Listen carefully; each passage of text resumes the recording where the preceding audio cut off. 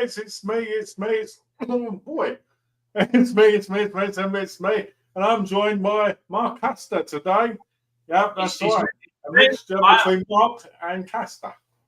Yeah, I am. That's an obscure reference for people who know the film because there's a minor character in it called Jocasta, and basically, me and Malcolm have kind of created this rule for ourselves, which is a rod for our own back, that we try and do a playful name. And we just realised that all the one-syllable names in Last Night at Soho just do not lend themselves to that at all. Especially not my name. I would be like Maldy and Mallory and all this. Not good. We tried to discuss Malcoese, but Malcolm quite rightly shut that down. Yes, I was like, I'm not doing that. It just doesn't make sense. So, we're back again. But before we get started, we have to ask the most important question. How have you been? I've been good. I've been away again. I've been to Spain, which was fun. Yeah. My partner is trying to think Christmas.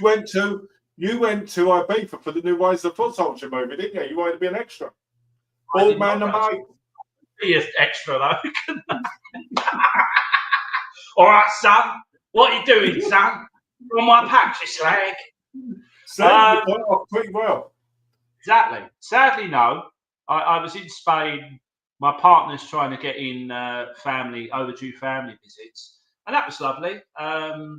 Didn't find many media stores out there, but I found a really lovely old cinema, which had all the 90s posters of American films on the back of their box office, all in Spanish. So that was nice. But yeah, I've been keeping busy, seen some good films. Yourself, Malcolm? What about you? It's been up and down. I mean, I've watched a few things, but mostly I've been in bed. Not for the right reasons. I'll put it that way. Yeah. I wish it was like that. No, I've not been to Soho and getting that ho-ho going. Malcolm's research on the film. Yes, my research on the film. See, I do the method research where I have to get deep down and in there, you know. But no, it's been up and down. I've had to. The weather's been bad here, and I've had to see the doctor a couple of times. And that, but other than that, yeah, it's been nice. We spent time with Donna. We've been gaming. We're chilling. But yeah, I mean, I think since last time we talked, I've watched 3 films, and this was one of them. Wow. It's the same. You know me. Yeah, you're using. Yeah. I mean, it's funny at my job that I haven't had much of an opportunity to watch films. One of my partner's away because she's going away again, and I'm going to follow her. And the old films will play, right? Well, I'm trying to basically watch films that she won't watch. Yeah. So this is an obscure one. Yesterday, I watched a film called translates as Chantal in Fairyland. Malcolm knows it. You showed me, right? Yeah, the one. It's based on the. This creates a whole long conversation I don't want to get into. There's a set of trilogy in Germany, and the films are very popular.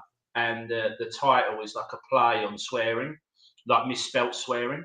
But yeah, they're basically a very breakout character in that film called Chantal, and they basically decided to spin her off in this fantasy type film where she fights dragons and goes on like quests. And I'm like, what a strange idea. But I really like Jella Haas, the lead actress, so I gave it a go, and it was a surprise actually. I enjoyed it. I picked it up from Rare Waves, which was nice. Because, nice. Was it in their sale, 10% off? Yeah, it was. I mean, there's a story there actually, which is very boring. But yeah, I got 10% off in the end. So yeah, I picked that up. I did do some Black Friday sales. So I suppose we should talk about that. Well, briefly, yeah, I got quite a lot of 3 for 10. I wanted to get Goodfellas because I really wanted to watch the 4K version, but it hasn't arrived yet, so that's irritating. It's all right. 4K's decent. I've heard it's a little disappointing. Because it's an early 4K in a way now.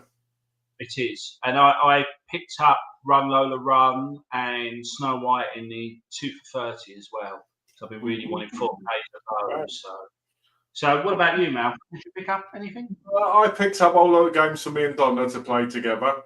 But movie-wise, I picked up Ted Lasso. I picked up... what else did I pick up? I picked up North by Northwest. I picked up Bike Riders. Oh, yeah. And a few more things, which I can't remember. I don't know why I can't remember them, but yeah. There's quite a few. Well, the chat from everyone in the audience is a little quiet at the moment, but hopefully when they appear, we'll be able to have a Black Friday chat at the end. Yes, discussion. Yes, everybody, when you get here, and they won't listen to this because you'll be here after this. Yeah. Tell us what you got to Black Friday. We'll be keeping in the themes of the film, Malcolm. They'll get a vision of us saying this in the past. Go into the past to see what happens in the future, guys. Exactly. So yeah, there are a few things. It was a decent Black Friday, but I thought the deals were pretty. But you know, you kind of expect that now, didn't you? With each year, it gets a little bit more disappointing, and you. I think it's that month thing. I think because it's set at the month, almost like the month 2 week mark, 2 week to a month. I think it just kills the whole vibe and makes things less cheaper. But there's a whole other chat that you and I had about pricing structures and whatnot, and unfortunately, Black Friday definitely is taking the cue. £2 off, ridiculous. Anyway, so let's say this. So you saw this film in the cinema, right? Originally. Oh, I saw it when it came out, and what was lovely. 2021. 2021, and I think me and my partner have been dating for probably about 6 months, I want to say. And I wanted to see this film, which wasn't her bag. And I said, I don't know if you want to go. And she said, yes. And she ended up loving the film as much as me, straight off bat. Still surprised by that, but maybe because the artistic value within the film. She always surprises me, my partner. She's not a cineast, but she likes good stories well told. Yeah. So it's quite refreshing. She doesn't have the pretension that I do coming to a film from, say, Alexander Payne, because she doesn't know who Alexander Payne is. But she likes Election, she likes About Schmidt, so she likes the holdovers, you know.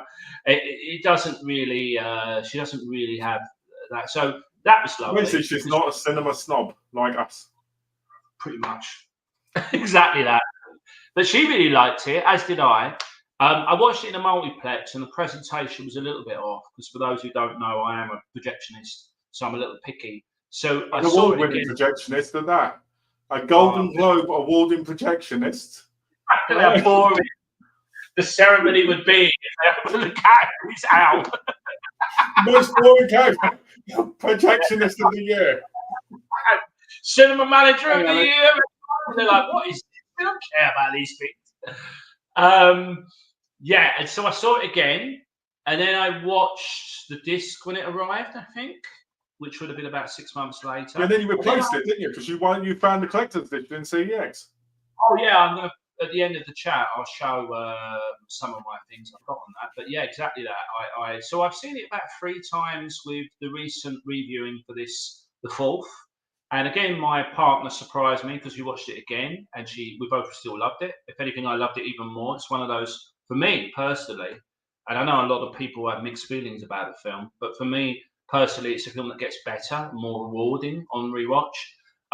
She felt the same, but then she was the one who wanted to watch all the extras, because I said, I'm going to watch all the extras when you're away to prepare for this chat. And she said, why are you watching them when I'm away? I'd like to see them now. So we ended up sitting for like an hour and a half watching all of the special features. I said to Donna, let's watch all the extras together. Should we be falling asleep, or should we be going on about how boring it is? Julia, we rewatched The Dreamers recently, and she was like that with the extras on that. Even though I don't watch that again. But usually she shuts those down.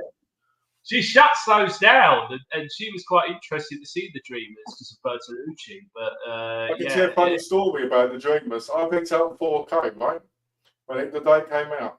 And I sent Alex a message, got a while ago, and he was freaking out so much he wanted to run down there and get it. We all know why. It's a nice 4K disc for multiple reasons. I still need what I need is I need a 4K disc now of 300. That second one, you know, the really bad one because she looks great in that. And then I also need the Sin City one. Yeah, I mean, what's a bit sad about Eva Green, and for all you Eva Green fans out there, hey, what we got? Alex says. To watch all the extras, and she walks out of the room shaking her head. Yeah, about right. You She says it ruins the magic, which I can kind of understand. Yeah.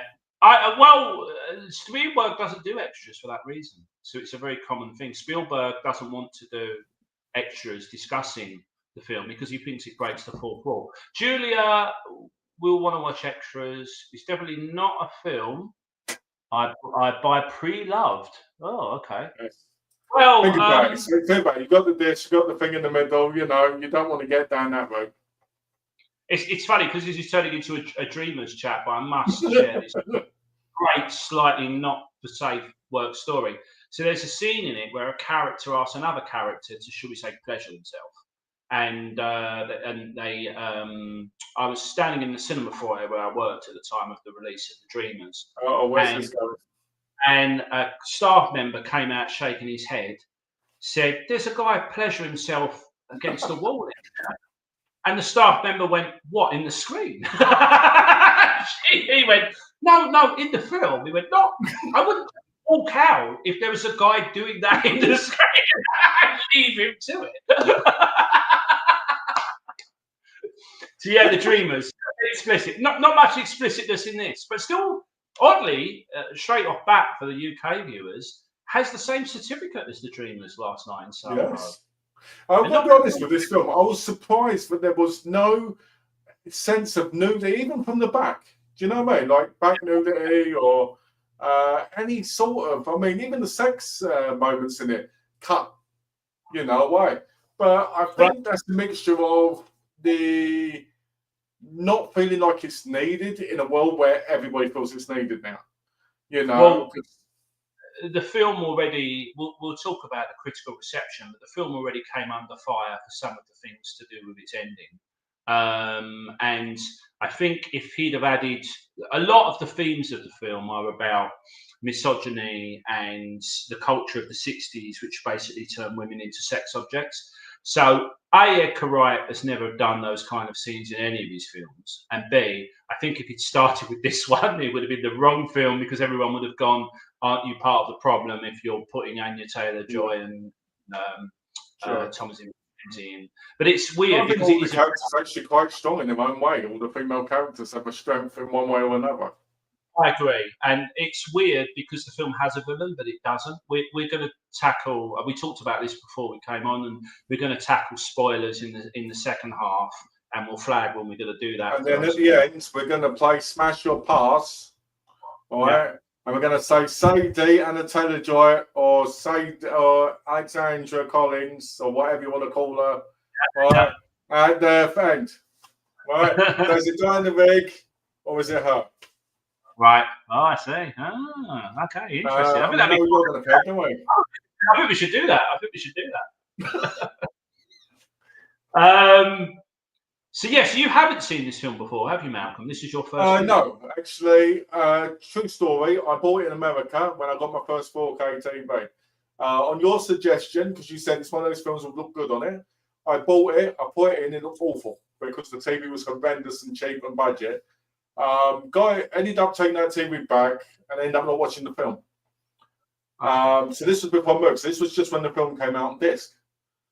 Then when I moved over, it was in the 3-4-30 sale in HMV.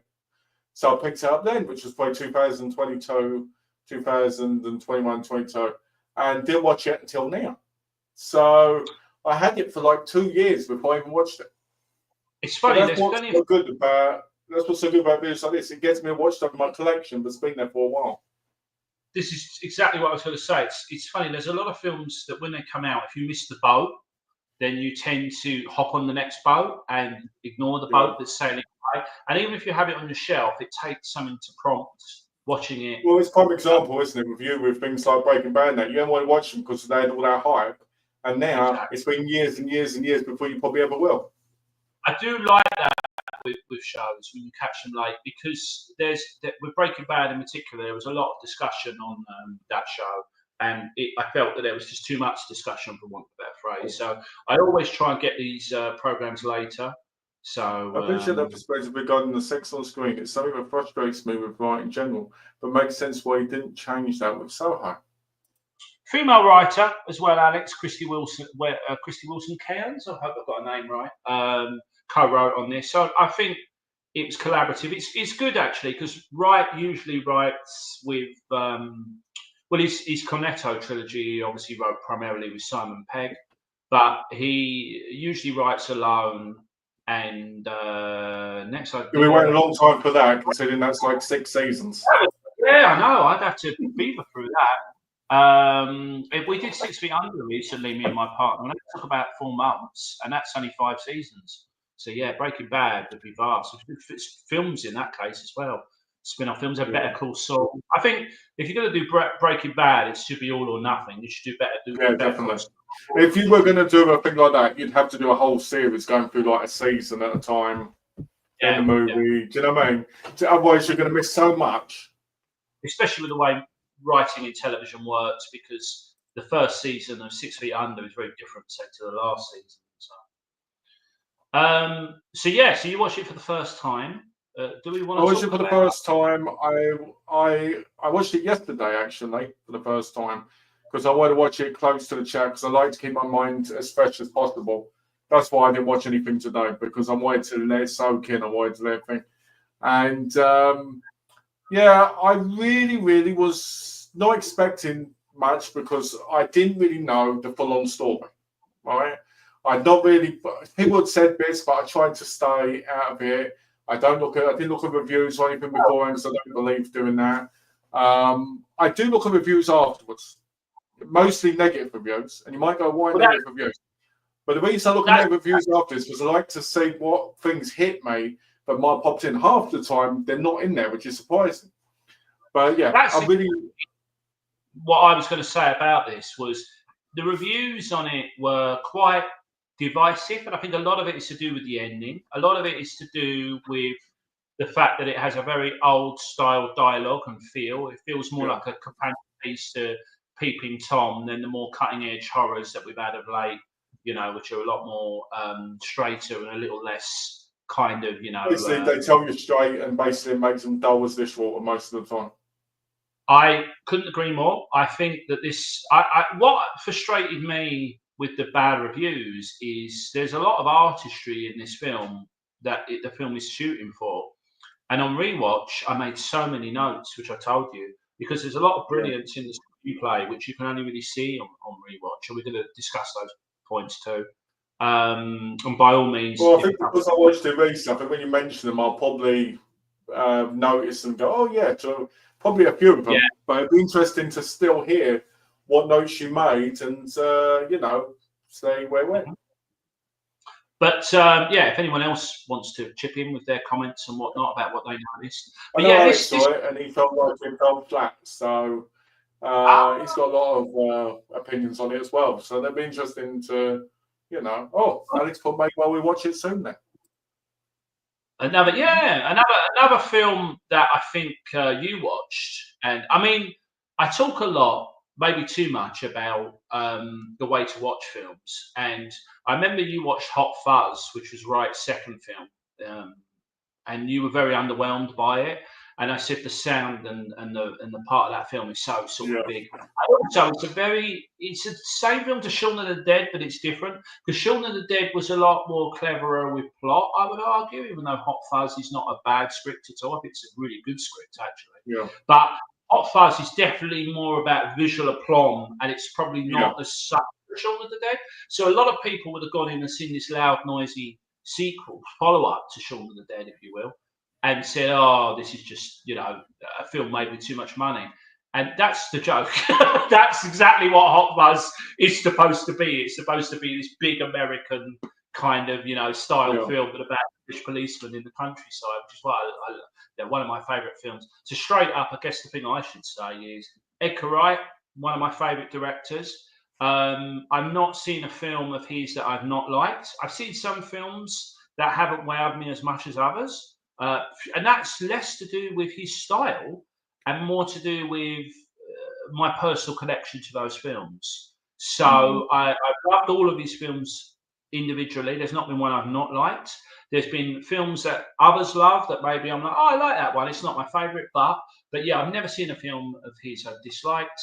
And he's a tricky director because a lot of what he does is trying to, the Cornetto trilogy ended with The World's End and Lighting and Production. The lighting, production, design, film manufactured. It felt like a tribute act, which really took me out of the universe. Oh, interesting. What's your thoughts on that? Pass on mine. What me or yourself? I think you could. No, what's your thoughts on what Alex said there before I respond to it as well? Well, I assume he's talking about Last Night at Soho. So, I didn't feel it felt manufactured. It's interesting that Alex says that. I felt that it was definitely homaging, and it. I mean, in many ways, it was manufactured because there was a lot of ideas in there. So, for example, the bistro that reflects into Eddie's London apartment on Gooch Place. The lights are sequenced, and then when she goes back to the 60s, they actually go red, red, red, red. And he put a lot of thought into that because by that sense, he did spend a lot of time on the lighting and design. And one of the words that I used earlier with you, which is an old discussion in itself, is Giallo, because obviously there's a lot of reds. It's definitely a love letter to Giallo. It's a tricky argument because if you want to argue that the production design and the lighting and this is very, very manufactured and tried to copy a certain film, then you could make the same argument of Robert Eggers' Nosferatu or The Lighthouse, which is also deliberately trying to copy a very most Soviet style, look. The fact that I think the reason why people comment on it more in Last Night at Soho is because Giallo is such a flashy, gaudy, and I mean gaudy. And it's so in the know now. I mean, when I was originally watching it, barely anybody cared about Giallo unless it's on VHS back in the day. Now Giallo is thrown in your face almost from every company, so you're going to notice that stuff more. I mean, I still personally, I found the lighting in this. I found it really incredible. But what I didn't like was how they stole it from Bottom. So, remember the Gas Man episode where they're going to foam out the window and you get the Bottom colours? They popped up on the screen, the same colours. I do not remember that. I'll have to rewatch. So weird you mentioned it. I'm doing Adrian Edmondson's Berserker at the moment on Audible. But no, in all seriousness, though, exactly. I think that's the thing. I think a lot of the people nowadays are, especially people like Edger Wright and people like James Wan and stuff, who's the horror director. I think they're more of a Eli Roth, all these people. They're more kind of paying homage to the past, but also bringing stuff into the future as well. Like this kind of light design. You see it in movies, but you don't see it so well done. You don't see the thing. Like Ellie is, when it's blue, most of the time, that means Ellie's safe. But the moment that it's red, Ellie's flipped with a different thing. Whenever she sees Sadie in the mirror, it's red. So there is a lot more depth to the lighting than in most things. It's like when you watch Dario Argento and you see the blue within the water. You see you see it all because you've got to understand the lighting in the right way in a movie like this. It isn't just about making the scene look nice. It's about the indication of what each moment means. Like the bit where there's the dancing scene and you see the bit where they're changing places, right? You can see each time basically how it's affecting into the arc of each character and how it's changing upon Ellie, for instance. And it's such a beautiful moment within the film. And the first one when you see her going to the 60s, and like under the cover and it shoots kind of thing, it's such a surreal moment. I actually thought the 60s looked like the 60s perfectly. It's what's lovely watching this again. And on the subject of Ellie going back to the 60s, so something, I agree with that, Alex. Very well polished.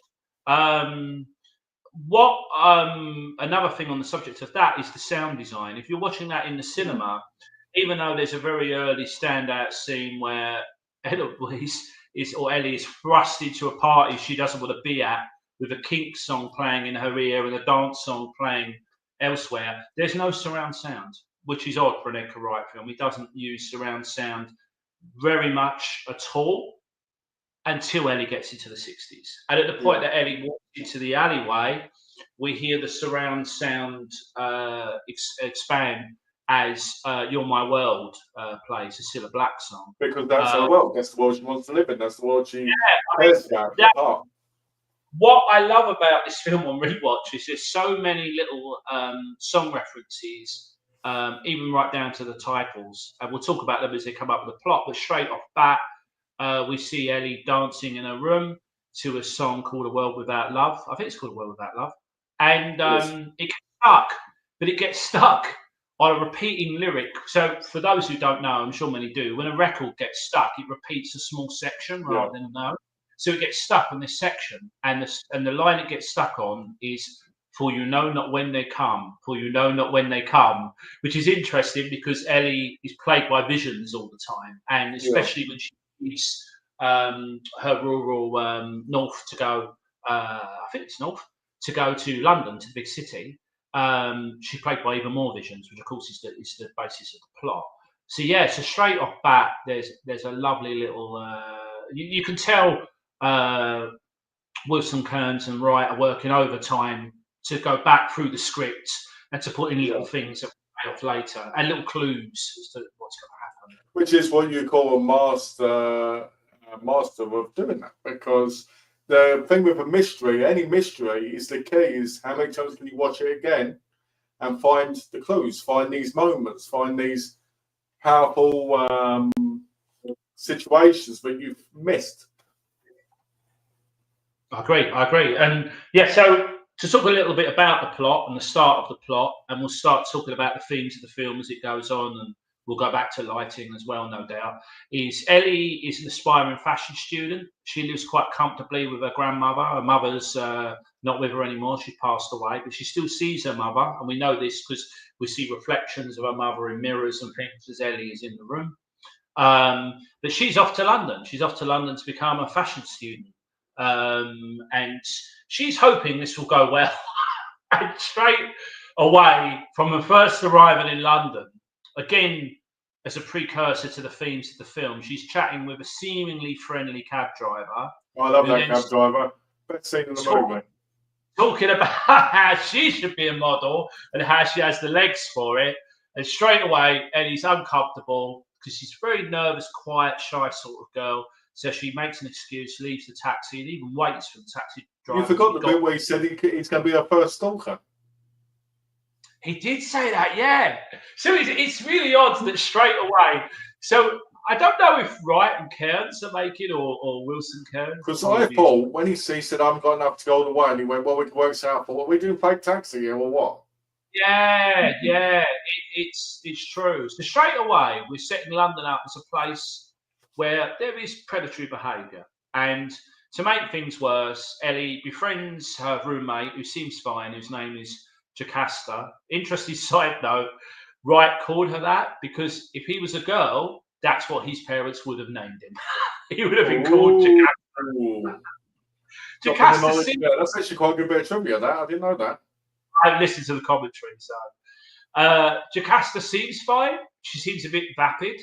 But it becomes very apparent when they're all out for a drink that Jocasta is.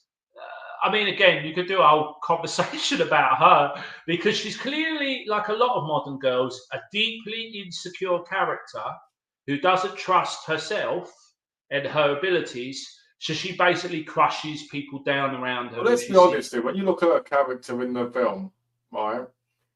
She drinks, she takes substances, right? And she's always got to be that girl that's loud and got the other girls with her, right? Which basically says everything you say, right? The moment Ellie tells them about her mum, oh, look, this happened. This happened. And you think to yourself, yeah, this is a very, very weak character. But, I think people misunderstand as just a bully and just this thing, but you can tell by looking at her the fear, especially early on in the film, the fear of, oh God, I'm going to be missed out, I'm going to be a nothing, I'm going to be not seen as anything. There's a couple of things in the film with Jocasta as well. He's a very small character in the film. So the first thing is, whenever Ellie is doing something creative in the fashion space, Jocasta is always derogatory towards it. She's always looking for a way to humiliate Ellie. She points out a love bite on her neck. She basically makes sexual jokes around her, which she's uncomfortable with. And so we don't like Jocasta as an audience. We, at the end of the film is finished, we understand that Jocasta is probably a misunderstood girl who's got issues, but we don't like her. And we don't like her so much that another commentary fact here, when the original ending had Jocasta just as supportive as Ellie during her fashion show, as everybody else, but the test audience went, no, the mean girl. Makes no sense. The mean girl. It's not a Disney movie. It's not a Disney movie. You're not gonna change your facts over. I think it's realistic though that if she sees that Ellie has won the adoration and respect of her colleagues, and then real life that character She'd be more jealous. Well, I would think she'd be more jealous. There are more issues with her. So straight away, Ellie's thrust into quite a bitchy environment. The only guy she meets is John, who's also a very shy, sort of quiet sort of fella. He's a lot more comfortable around people than Ellie is, but he is very quiet, shy, and I think he sees something in Ellie far more than just attraction, even though Ellie, of course, is very pretty. He sees like a gentle sort of spirit. He upsets her by taking, and this is my cue, to continue my Beetlejuice-themed drinks. For those who saw Beetlejuice, I had a Beetlejuice-themed drink. Last night, so I did not have themed drinks, but it did have a Coca-Cola can with Ellie's name on it, which John stole by mistake. Poor Ellie is trying to sleep. There's a big party going on in a student accommodation, and she sees John, who she met earlier, drinking her one can of drink that she placed in the fridge with her name on. We all know that one. We're all like, they took the last thing. Well, Jocasta did that, didn't she? She took it out and wrote it on there, so just putting your name on it. She took out the whole fridge, didn't she, with her rubbish? Right, yeah, that's true. So, yeah, John had the misfortune of taking the only can that was Ellie's. I want to talk about John for a minute, because it's a nice guy, he's a friendly guy, he's not bad in any way, right? Not from what I saw in the movie. He's just, like you said, mostly shy, a little bit intimidated by the world, I would say. But, his relationship with Ellie is a really weird one for me, because he can see something inside her, I agree with that. But the man of crap he has to go through from the point of view of not knowing what she's going through, right? Like, if you don't know what she's going through, I mean, the audience does, but if you're him, you'd give up. You'd be like, what the hell's going on? Right? And to end up alone with her, and in the situation he did, which we'll talk about later, right? I'm just like, how the hell did he end up falling for her? Could be the naysayers of this film like to pick on plot things, which we'll get into as we get towards the end. But it could be one of the things they pick on, and just one of the things that I always say to the naysayers: come on, every Jallo, every peeping Tom has characters in ridiculous situations that they would go, "Oh, I'm not staying here. This guy's weird," but they do for like negligible, silly reasons. And I think John is definitely our guy in the script who's like, yeah, I know she attacked that woman with a pair of scissors, but, I think she's just having an issue. It's hilarious how he stops her, and then he goes, oh, you in one off after. And go, she didn't mean it. She didn't mean it. You're like, well, if I weren't there, she'd have been dead. So Ellie moves. Ellie doesn't like student accommodation. She doesn't like Jocasta and her mean ways. She can't sleep because that's the first, for those of you who saw Baby Driver, right from the get-go, Wright is using music quite ingeniously. But it really, we know we're in for a good ride when we see Ellie walking through the party with her headphones on, listening to a Kink song called Starstruck. And we hear the dance beat of the party music blending seamlessly with the song she's listening to. And that's our first key moment that, oh, great, we're in for another brilliant. And there is actually a lot of comedy in this movie. There's a lot of comedy. And I think Wright has never, even the Sparks Brothers documentary he did, it's got more humour in it than anything else. I love the bit when she says to Mrs. Collins, "Trust me, I'd never leave in the middle of the night," and out she leaves the campus bit. I just love that. Like, such a great moment. I mean, okay, but before you move on to that, just to pick that up, I just want to say, so going back to some people's criticism of the script, I go, yeah, Wright and Wilson Kearns know that there's hokiness in this script, and they're deliberately writing in meta lines like, hey, I'm not going to run out in the middle of the night. They're kind of addressing from the get-go that this is a horror film with definitely some serious messages in it to do with people's love affair with the 60s and misogyny and sexual abuse and whatnot. But it's still supposed to be an entertaining horror film. The reason why we love films like A Nightmare on Elm Street is because of social commentary, because they're fun. You know, there's a fun towards it. I think if a movie was too straight, you know, like too straight-laced, too as it should be, don't get me wrong, it's not meant to be Schindler's List. It's not meant to be, you know, something like that. But, you know, you don't want to have a lot of comedy and something like that, right? No. You know, would take away from the film, because at the end of the day, this film is about entertaining all your senses, and all your senses are being hit at once. And I think it just keeps you following it, because you don't know what's going to happen next. You don't know what's going on completely. And I think that's why the comedy makes you chuckle, but it never takes you out of the film at all. It's interesting that you give Schindler's List as an example. I saw that theatrically, and it's such a tall film. You laughed at it, didn't you, the whole time? Well, here's the thing. There's a moment in the film where a Nazi officer, Eamon Goethe, played by Ray Fiennes, is trying to find the person who stole an apple, I believe, and he ends up killing a prisoner to warn the other prisoners if they don't tell the truth. That's what's going to happen. So a little boy steps forward. He goes, "You know who stole the apple, don't you?" And he points at the boy he's shot. Goes, "It was him." And of course, the audience all laughed in this very serious, very stark film. And I think that's Spielberg going, "You need a break, guys. You need a moment in this film where you are allowed to laugh, because it's a 3-hour, 15-minute, Holocaust drama. Nothing in that film is, and even then it plays straight as well. So it's kind of, There you go. 2 words that would have got me demonetized: Nazi and Holocaust.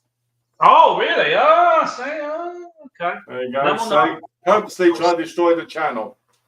So do you want to pick up the plot? So Ellie I can pick up the plot if I can pick up it. So basically, she decides.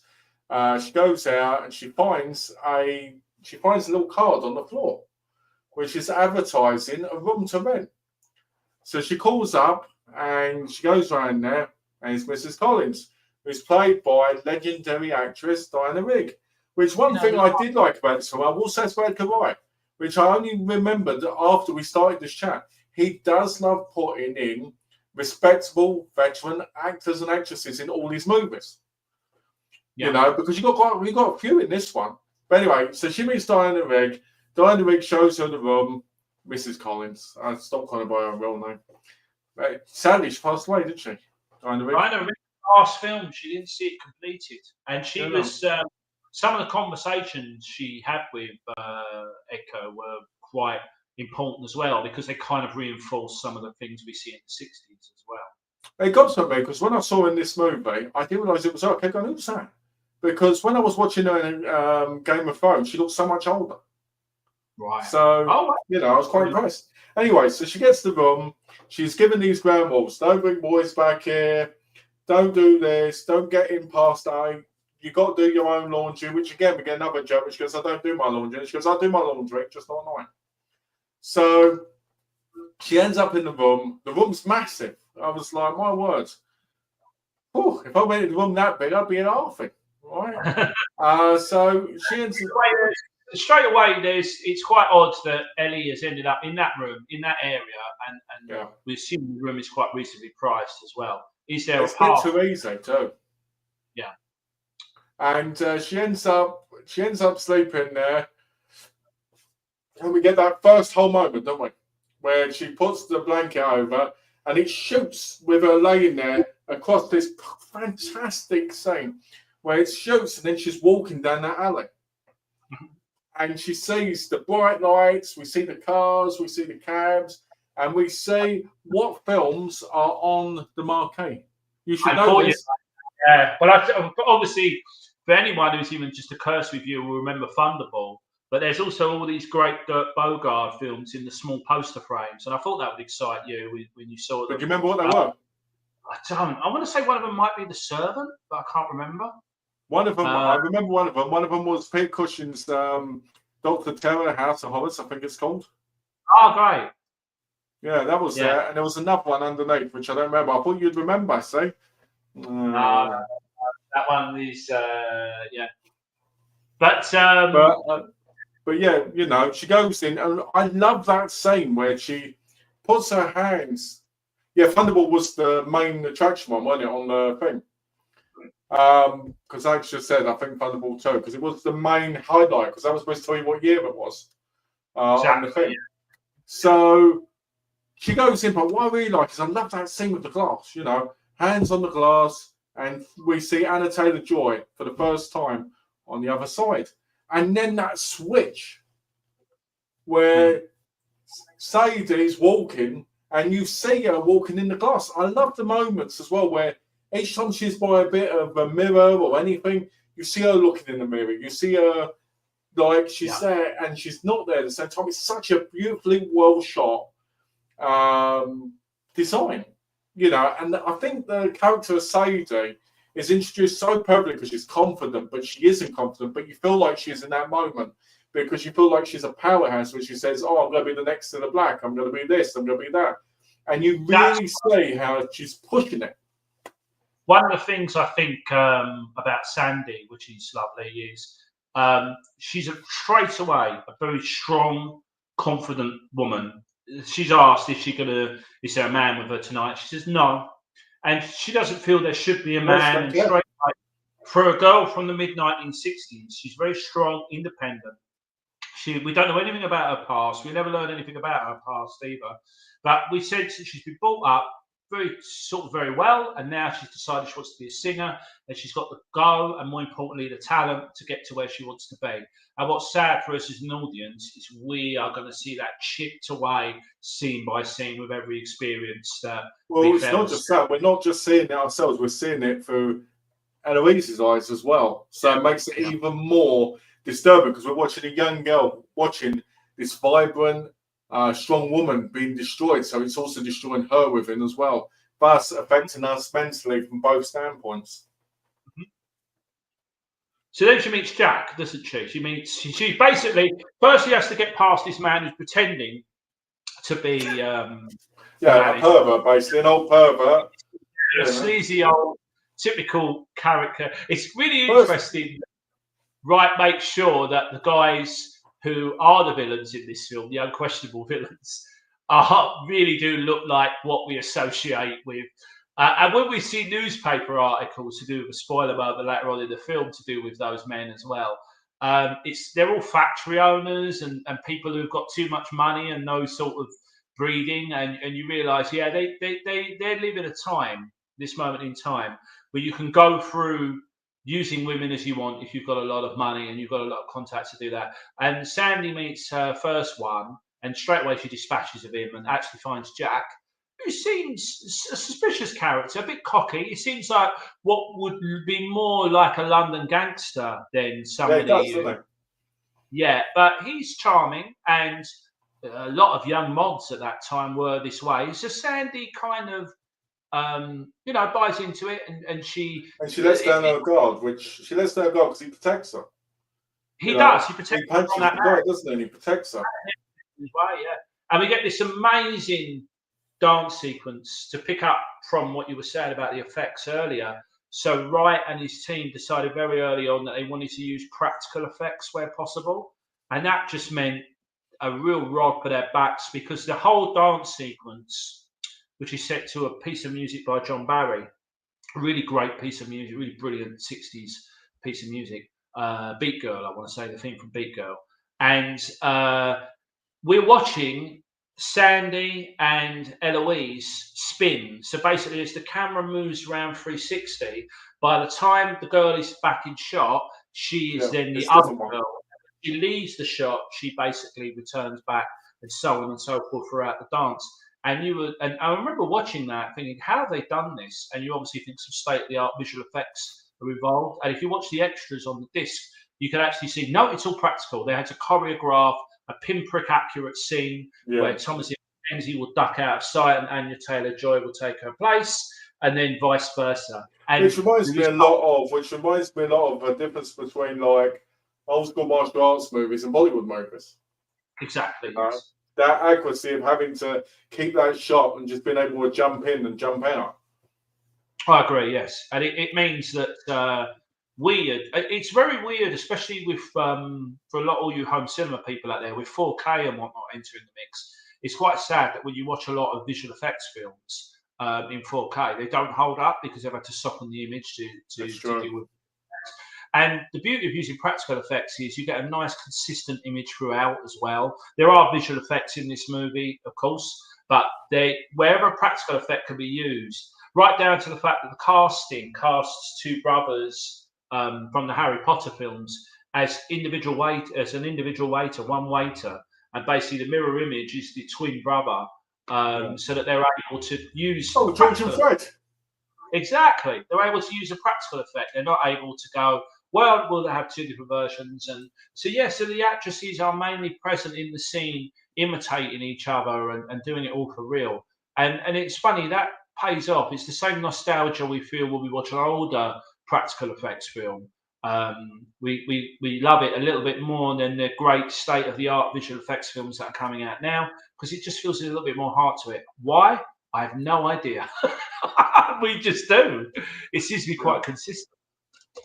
I think the reason that is because it feels like there's more heart. There's more natural element. There's that feel of you can connect because it's real. It's not fake. It's not. It's a weird thing, but I think plays with your mind a bit. Mm-hmm. I'll pick up some of the plot. So at this point, Ellie leaves that world once it's established. You forget about the mirror scene. The mirror scene where she gets the hickey. Second, where they both turn and they look at each other. Because at one point, it looks like at this point you kind of wonder if she's actually, she's actually Sadie as well. Because when they move, they both look at each other at the same time, like a reflection. Remember, like, is she the past of her but wasn't born yet? Because you don't know yet. So, there's a lot of red herrings thrown in there. For example, could this be a past? Because we hear all this stuff in the opening about how Ellie's mother went to London and it wasn't good. So straight away, we're trying to get ahead of the plot by going, spoilers. Is Ellie, this is actually a red herring spoiler, is this woman who looks a lot like Ellie actually Ellie's mother? So there's all sorts of different things thrown in there. Because don't forget, even though she's called Sandy, she would have a stage name. And as we learn later on in the film, actual spoiler, her name isn't Sandy. That's her stage name. So, but yet she's whisked back to the same address that Ellie lives in the present day by a very romantic Jack. We see the two of them make out on the bed. And at this point, alarm rings. Ellie wakes up and it's present day again. And she has to deal with at this point, we hoped there would be a love-making scene so we could see Matt Smith, with his bum humping from behind and stuff. That would be amazing. Confessions of a Doctor Who, Yes, that'd be brilliant, wouldn't it? That would have been the real red herring if at that point Wright and Wilson Cairns had decided to turn it into a confessions film. You know what I would have liked? I will be honest though, when I was watching Matt Smith play Jack in this, which I do feel wasn't as used as much as I wished it was used, because it felt after a certain period, he was just shouting out cuss words and slurs and that was it, I really hope he ends up in like a 60s gangster movie now because he looks so good. He was great in it. I'm not familiar with Doctor Who. Sorry, guys, but yeah, I liked Matt Smith. He's done Starbaker recently as well, which is getting a lot. BFI released that, didn't they? BFI did release. Because it was released by Vinegar Syndrome's partner labels this month over in America. It's quite an experimental horror film, so I could see why the mainstream distributors might not have given it much time of day. But I will say this though, last thing I'll say about Matt Smith before we continue on this is I feel like you didn't take Matt Smith seriously because you saw him in Doctor Who, which, let's be honest, some people wouldn't because, go, oh, goofy, this, that. People were not into Doctor Who and can't see the real acting and all that and that. You see him in something like this, you're like, yeah, he's a real actor. Same with David Tennant. When you watch him in any dramas, you go, this is a real actor. This isn't just... Same with Jenny Becker, I think it's quite upsetting that a lot of people do want to just see the actor do the same roles that they've done before. So it's quite lovely that everybody involved in this film is definitely doing roles that they've... Terence Stamp's character is definitely sending up some of his images before. So just notice the beats. On Ellie in the picture. Yeah.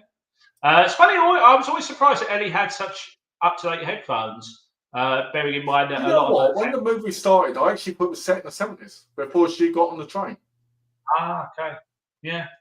But yeah, so after that, Ellie has to go back to the fashion world and to deal with Jocasta and to try and work. But she's actually, for the first part, she's on a high. She's actually inspired by Sandy's fashions to interweave them into her fashions. And she does, doesn't she? She starts working on the outfit. That's it. She changes her hair so that it matches Sandy. She kind of uses Sandy as a role model. Probably someone that Jocasta actually would really wish it was her instead. But no, she doesn't identify at all with modern women. She identifies with people from the past. There's music and her culture. Which I think is a big part of this film as well. I think a big part of this film as well is the fact that sometimes living in the past can also have a harm on your future. Mm-hmm. But also the fact that, you could get me on my soapbox now about modern culture. So as someone who worked very near to a fashion academy, I have to say the behaviour of the characters in that film is very accurate. They're very bitchy. You sort of see them going along in their own little cliques and whatnot. Because every person I've met from the fashion industry has been absolutely lovely, friendly. They've never been able to help. They've even asked me to be a model multiple times because I look that damn good. So... But yeah, so so that's true. But so Ellie is really looking for strong role models. She's looking for people who don't want to. I mean, it's very interesting, and I don't know if it's purposeful of the writing that Jocasta falls into a type that's very familiar for anyone who's familiar with reality television, and she wants to basically lead her little gang and. She probably knows, I hope she does, that Jocasta is not really a confident person and she's masking it behind bitchy behaviour. But yeah, she's not of interest to Ellie. When she sees Sandy and the way she controls the situation in the 1960s, behaving like a 1960s woman, a modern version of a 1960s woman on the cusp of the change. Just being everything you've ever wanted. And controlling the situation. She becomes Ellie's role model. And John watches in the distance and sees Ellie's growing confidence in her fashion and whatnot. But the problem is without tackling the plot point by point, Ellie has multiple returns to the past, and on each turn becomes more and more disappointing. So the first instance is that the job that Sandy wanted as a singer. She's taken to a club. She does a flawless, very beautiful rendition of Downtown, which was part of the film's marketing. Anya Taylor-Joy singing that version of the song. And even that song titled Downtown, Go Downtown. And it's a very halcyon view of what the city is, but not the reality. So at that point, Sandy is singing about the halcyon view. She's singing about what she believes is the reality. Downtown, everyone's waiting for you. What Ellie finds on a return visit is that Sandy is indeed performing in that venue, but she is not doing what she wants to do. She's part of one of my favourite sequences in the film. Yeah. She's actually dancing to the song "Puppet on a String" by Sandy Shaw, Yes. and that's an Which is interesting. basically what she is to Jack. She's a puppet. Exactly. And what's lovely as well is Sandy Shaw, again, because I love this film and I read up a lot on it, Sandy Shaw doesn't like that song. She's associated with it. I don't know if she does now, but when she was asked to sing it at the time, she was kind of along the lines of, really, I don't want to sing a song about how I'm a puppet on the string. Well, you know, I'll say this on this bit. One of the best bits in this movie is the bit where Ellie finds Sandy in the back, and when she's running through the area, you see all the grime and the disgusting parts of all these people, and that there's women that were in the background were all doing this stuff. Right? Yes. Whether you saw them shooting up, you saw them, you know, pleasuring men, you saw them doing this, you saw them doing that, and you saw that sometimes the people we idolize, sometimes the people who are confident, they get pulled down by the grime of what there was and still is, I'm sure, right? In things like sometimes we look on the outside, which Ellie was doing with Sandy. She was looking on the outside and saw this powerful woman, woman who, because her mother died, she didn't really have a powerful mother than her gran or nan. I can't remember what she called her. All right, but Sadie was that. So when she changed her hair, when she did this, when she wore that coat, all this, it made her feel like, oh, I'm living just like another powerful woman. And so when you see her cracking, Ellie cracking, she's cracking at the same time Sadie's cracking. Except with Sandy, you're seeing it, but you're seeing it slightly like the crying, the this, you're that. But with Ellie, you see it with screaming. It's like the modern woman feeling the pain of the woman that came before. Mm-hmm. And what's lovely about that sequence on rewatch is, go back to the start of Puppet on the String, is firstly, it's a brilliant song for its use in the film. I mean, it's funny because Sandy's first song is Downtown. She sings, well, she said, her entrance is You're My World. She's like, this is my world, I'm in the world. And then she sings Downtown, and it's about housing view of, of the city. And now she's doing Puppet on the String, which is all about being in control. And Wright's kind of extended the opening, and it builds. And it's a perfect song for the sequence because, one, it embodies everything. As you said, there's a lot of metaphor in the song about being a puppet, but also it's got this creepy Halloween-esque kind of sound in it that reminded me of the Happy Halloween song from Halloween 3. You know, and it's kind of like, wow, this song is kind of sinister. In this context, you don't hear the sinister part of it when you hear its standalone song, but when you see it in this instance, it's like, there's something a little bit sinister about this song, even though it's not meant to be.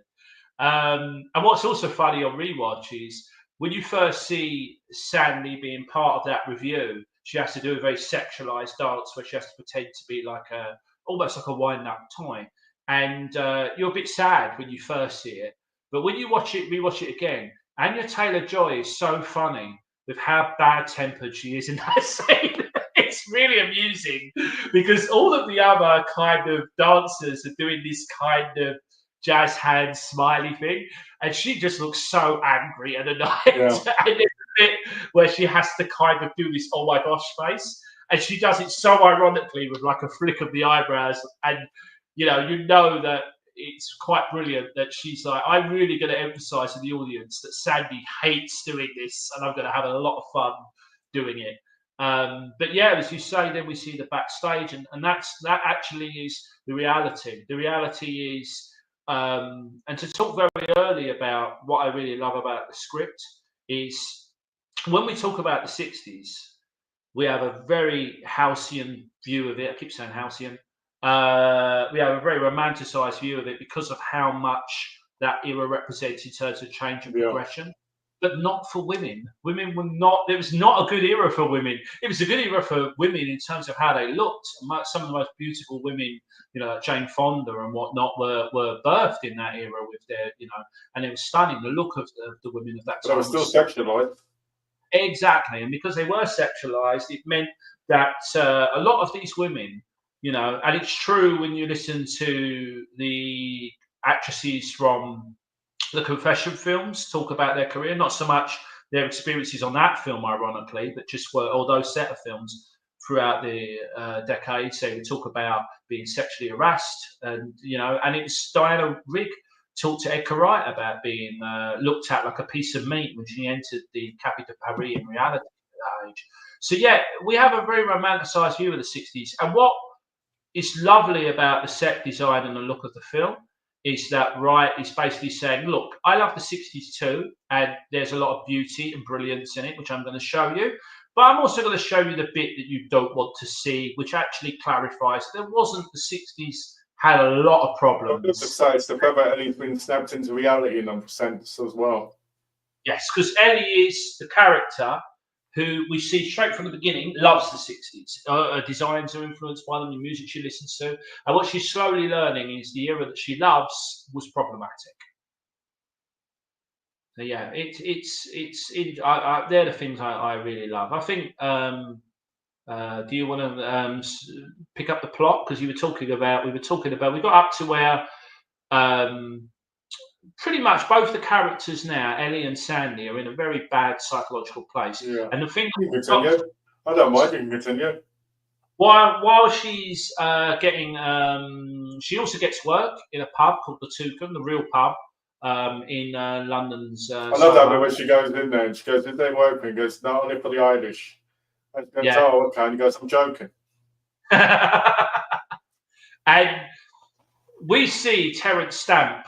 Terence Stamp straight away is lit in a very sinister way to tell the audience that this is not good. Another icon of cinema. Yes, and really having so much fun with his role in this.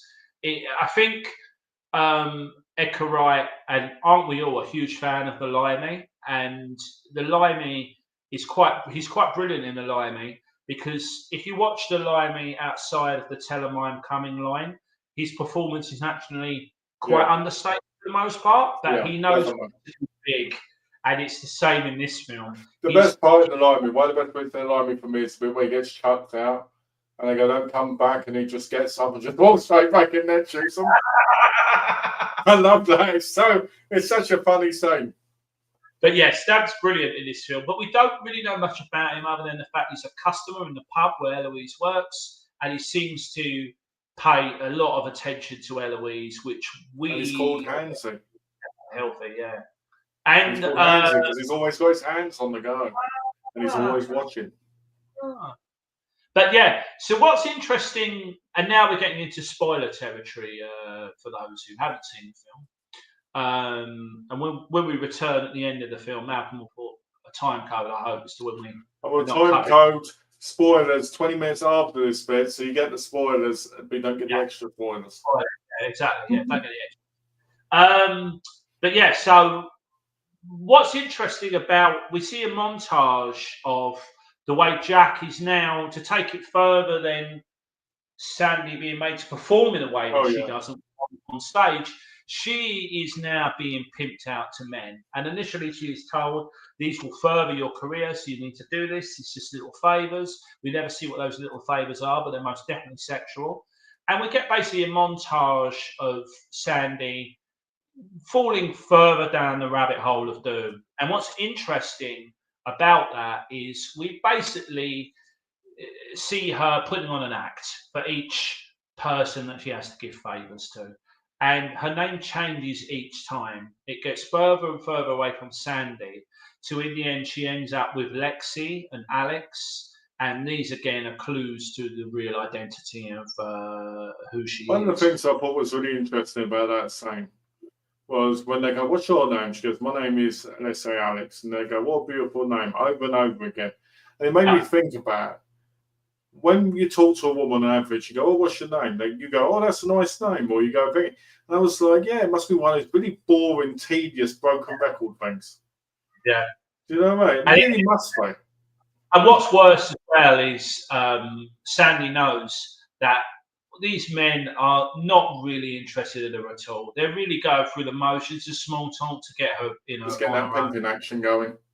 Exactly. and she meets one character who is quite an unusual character, who's definitely going to take part in the film's finale. He initially appeals to be another punter. He's a lot better looking than the average punter she's got, and a lot younger. And he's asking her questions about her. She accused him of being a cop, didn't she? Exactly. She accused him of being a policeman, which he never confirms or denies. He seems to be telling her that she can get out of this. And at this point is when Ellie reaches her breaking point. They start smashing the mirror. Yeah. Very Oh yeah, because he says you can get out of this if you can look in the mirror. Yeah. And she doesn't look in the mirror, and Ellie starts smashing on the window, puts her arms around before she wakes up. Exactly. And so at this point of the film, we are getting Ellie and Sandy, whenever they intertwine without Sandy's knowledge in the past, we see Sandy more and more in a bad place. And this, of course, is having a huge psychological toll on Ellie in more ways than one. Because one, her idol is being shot down, and two, she is now not able to function in the real world because those visions start invading the real world. Yes. If she tries to go to a club with John, who he persuades her, he says, come on, let's. Initially, he asks her out, and she says, no. She says, I'm doing something tonight, with a wry smile on her face, because she's going back to the 1960s to be with her idol and watch their love affair bloom. But with each successive visit being bad, she soon says to John, no, let's go out. I really need to just get out of the house. In her mind, if she's out of the house, she's not going to feel it or see it. But that's because that's the thing. Before that moment, the visions that she sees are primarily locked to the house.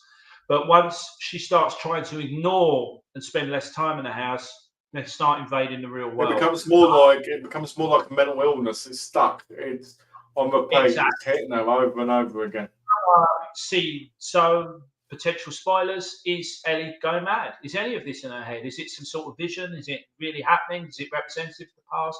Doesn't really make sense that a girl in 2021, wherever the film is set, would see visions from the 60s so accurately. Is this part of her mental illness and her obsession? Her mum clearly had mental health issues. So, there are a lot of red herrings thrown in Also, when she's on the phone to her grandmother is constantly saying to her, just come home. You'll be safe at home. And it constantly makes you think of those conversations people have with loved ones who are struggling with mental health. Like, you've gone away, but you need to come back to get that help you need. A bit like, if you come back here, you'll have the medication you need to be better again. So there is that moment where you're like, is this all in her head? Is she going insane? And I know insane is an insensitive word to a degree, but in the movie, that's how it looks to people on the outside. She becomes more and more obsessed with trying to find out if this is the truth, and she's not really getting any strong evidence that Sandy ever existed, that there was a girl. Because in one of the visions that she sees, which is the one where Ellie really goes to tipping point, she sees Jack basically about to murder Ellie, and there's blood. Sorry, not Ellie, Sandy. Sandy's very helpless. We see a knife covered in blood, and it becomes pretty evident to us. Yeah, but you're missing. That's the bit with John, isn't it? Sorry, that's the bit where she takes John back to the place. She sneaks him in. Yes, you're right. That's true. And he's on top of her, and he's kissing her neck and that, and she sees this glass mirror on the thing with the thing happening when there is no glass mirror there at all. Yes. And that's such a whole funny sequence. The whole bit where she pushes him off, he breaks the glass, it's like, oh, and you got Mrs. Collins knocking on the door, and all I kept thinking was, you know those old Wayans Brothers jokes where they go, we've got to get the hell out of here. That's all I kept thinking. Because I was like, he must have been thinking, oh, you know what I mean? Yes, she has bad visions at the disco that they're at. Nice touch is that Jocasta is also there with her friends, causing trouble. Who you think might have drugged them because they give her the drinks? Ah, that's true. I thought that as well. I think this is. I'm sorry. I'll say it straight out now before we even get onto it. I think anyone who dismisses this as a silly screenplay, they go, well, look, it's a hokey screenplay. There's a lot of coincidences and whatnot, but it's a clever screenplay. There's all these things thrown in about mental illness. There's all these MacGuffins thrown in all the time. Very Hitchcockian style ideas of who's at fault here. And Jocasta is, of course, dressed as Fairuza Balk's character in The Craft, which is perfect for her viewpoint. And I think the other girls are dressed as girls from The Craft as well. Yeah. Something that Jocasta would have insisted that they do. She's like, you're all dressing as The Craft, and I'm the leader. And they're like, oh, that's brilliant. You know, and she sees visions in the club, which prompts John and her to leave the club. Let's go home. At this point, Ellie, who's not been with a guy before, we learn John's not been, with a girl. They basically start making out, and then that's when we see all hell break loose. As you said, we see a mirror, we see murder, and at this point, I think any last thread of sanity that Ellie is trying to normalise is just flipped. We cut to her running through the busy Oxford Circus area of London with visions plaguing her. Because the one thing we haven't mentioned is she's now starting to see masked, sinister figures as a kind of black mass. So that was the bit where it lost me. At that point, I started losing attention at that point because I was like, okay, this is getting a bit silly now, right? Because I was like, what are they doing following her? And then I put myself, okay, this is in her head because she's seen these guys, she's seen them, so they're haunting her. Like in her mind, they'd be haunting Sandy in her mind, And it was only later on in the movie, which I'll get to when we get to that point. But I went, okay, this makes a little bit more sense until something happened, which I'll mention then as well. But what annoyed me at this point is this was like the point where Jack kind of disappears completely, and he kind of just is that guy that's there in the street that she bumps into. But at one point, she bumps into Jack, and it's actually Hansy, Terence Stamp's character, and as she starts, and all the guy does is shout and go, "Where are you going?" and all this. Yeah. Matt Smith's character, Jack, that is. But I was upset about that because I was hoping he'd have more of an impact on the finale. Mm-hmm. That's interesting. So I remember you saying, prep for this, that the film lost you. Because one of the scenes that I felt was needed for the screenplay, but it didn't quite gel with the rest of the film, is the scene when Ellie, who's vastly running out of options to do with finding out what the hell is going on in her life. The police and asking Mrs. Collins and all that. Goes to the police, yeah. And it's an unusual sequence. It doesn't quite gel with the rest of the film. I wouldn't say I dislike it because it does have to do with the film's finale. I think the police part is to show. I think it does show with the film because the police part's showing her innocence. It's showing that she doesn't fully understand, and because of her nature, where she comes from, and everything, the innocence won't make her feel like won't make her feel like they think she's going crazy. It'd make her feel like, they'll understand because they're people that are supposed to help you. They're people that are supposed to. I think the police do actually go and visit Mrs. Collins and ask her about it. Yeah, which is to do with more spoilers coming. So at this point, and what's worse is she then goes to the library, starts going through old newspapers, files of old newspapers, and frustratingly, she can't find anything about Sandy's murder, which she's seen in the vision. So, but what she does find is loads of inconsequential stuff to do with murders of the time, mainly to do with men. Which may or may not mean anything, and they're whisked through very quickly. They're not gelled upon. And at this point, she ends up attacking. She gets a vision of the grey mass approaching her, and she ends up attacking who she thinks is there with a pair of scissors. But of course, it's Jocasta. And John stops her at the last moment. Which, to be honest with you, I as an audience member was like, oh, what a shame John stopped her. Reminding myself. The best bit about that scene with John is when he stops her and he goes, "Wait here," right? And he runs out the closet going, "She didn't mean it. She didn't mean it." She's like, "What do you mean she didn't mean it?" Right? And then she runs off, and you're like, "John, you're still defending her. I mean, what the hell, mate? Could have been you." John ends up, John in many ways suffers as much as Ellie, particularly to do with the film's finale. So I hope without missing too much, we've definitely spelled out that there's a lot of layers to this plot. We then start building towards the finale. Ellie is trying to piece mysteries together in her head, and this really culminates when she arrives at work late and sees Hansy, as you call him, waiting down in the bar. And of course, he's listening to Eloise by Barry Ryan, one of the films, in the film. I love that she tries to record him, right?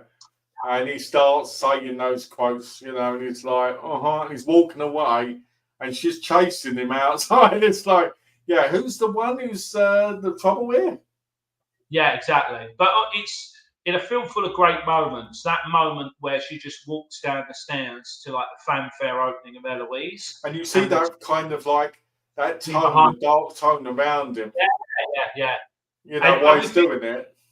And we think, as an audience member at this point, we're going to find out who he is, how is he involved in this, because he's definitely involved in some way.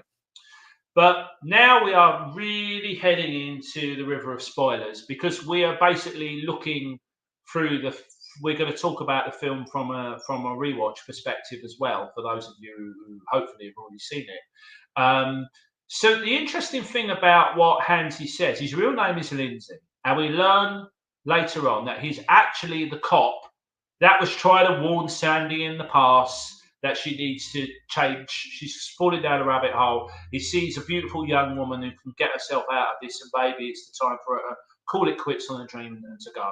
And so, but what's really wonderful to talk about the way film can sometimes trick you and lead you down a path is every time we see Lindsay stroke Hansy, he's outside an alleyway, or he's outside a model's entrance, where prostitutes may work.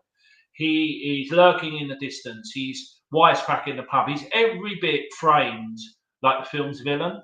But even when you read his conversation with Ellie on paper, it's actually a very innocent conversation. It can be a conversation of a kindly man.